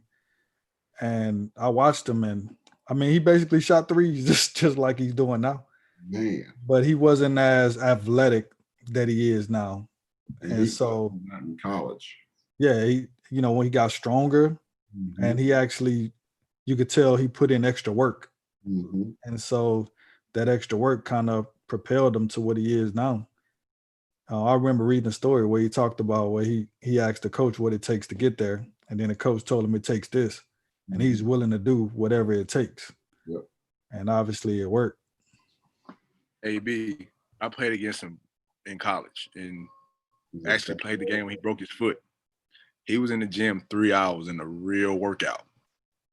And me and my teammates looked at each other like, that's what a pro looked like. Like, because my team averaged 20, and we was playing. And I'm telling you, when he broke his foot, every scout and GM that came in that game, it was 10 of them. All of them got up and walked out. Wow. And that's how did y'all feel? I mean, we was up by 7, but then I was a freshman sitting on the bench, and I looked. I told the other guy I was sitting next to, I said, "Hey, it's different. They ain't even here to watch the guy that averaging 20. They're here to watch Dame." It was deflating for my teammate to see all the GMs walk out. Like, wow, that's tough. Like he was that bad. He was a bad. Like he didn't miss in his workout. He did a workout and then did the warm up, and then he's a pregame. Like I watched him pregame. I was like, yeah, he's just different. Different. Yeah, I seen him when he was a freshman that we were playing Idaho State, and I don't think he on here tonight, but he was giving Idaho State everything they could handle. Like he had like 25. Yeah. I thought he was a JUCO dude. I looked in the program and was like, freshman? Yeah, he built different.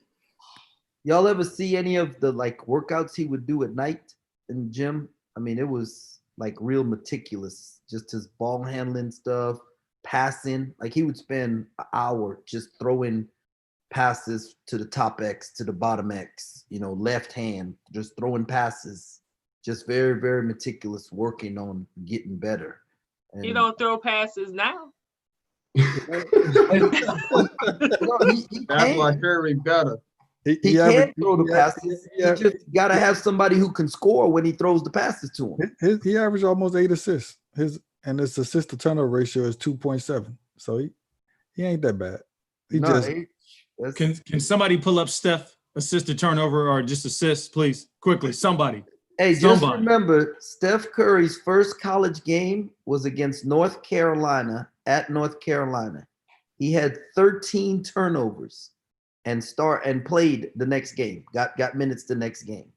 He was allowed to play through mistakes, and that allowed him to get really good. And so, I mean, Well, you got to go to the right level where they allow you to do that. Oh, you got to go to the right coach. Right coach. That's very important now. Go to the right coach that allows you to play through mistakes. Because I went to a lower level and I ain't get that same. So I don't want to hear about no lower level. I had 11 assists my entire freshman year. 11. Well, you shot it every time, man. I know. That's what I'm saying. Like, you got to go to someone that'll let you do that. That's kind of that. Yeah, that's why it's the right coach.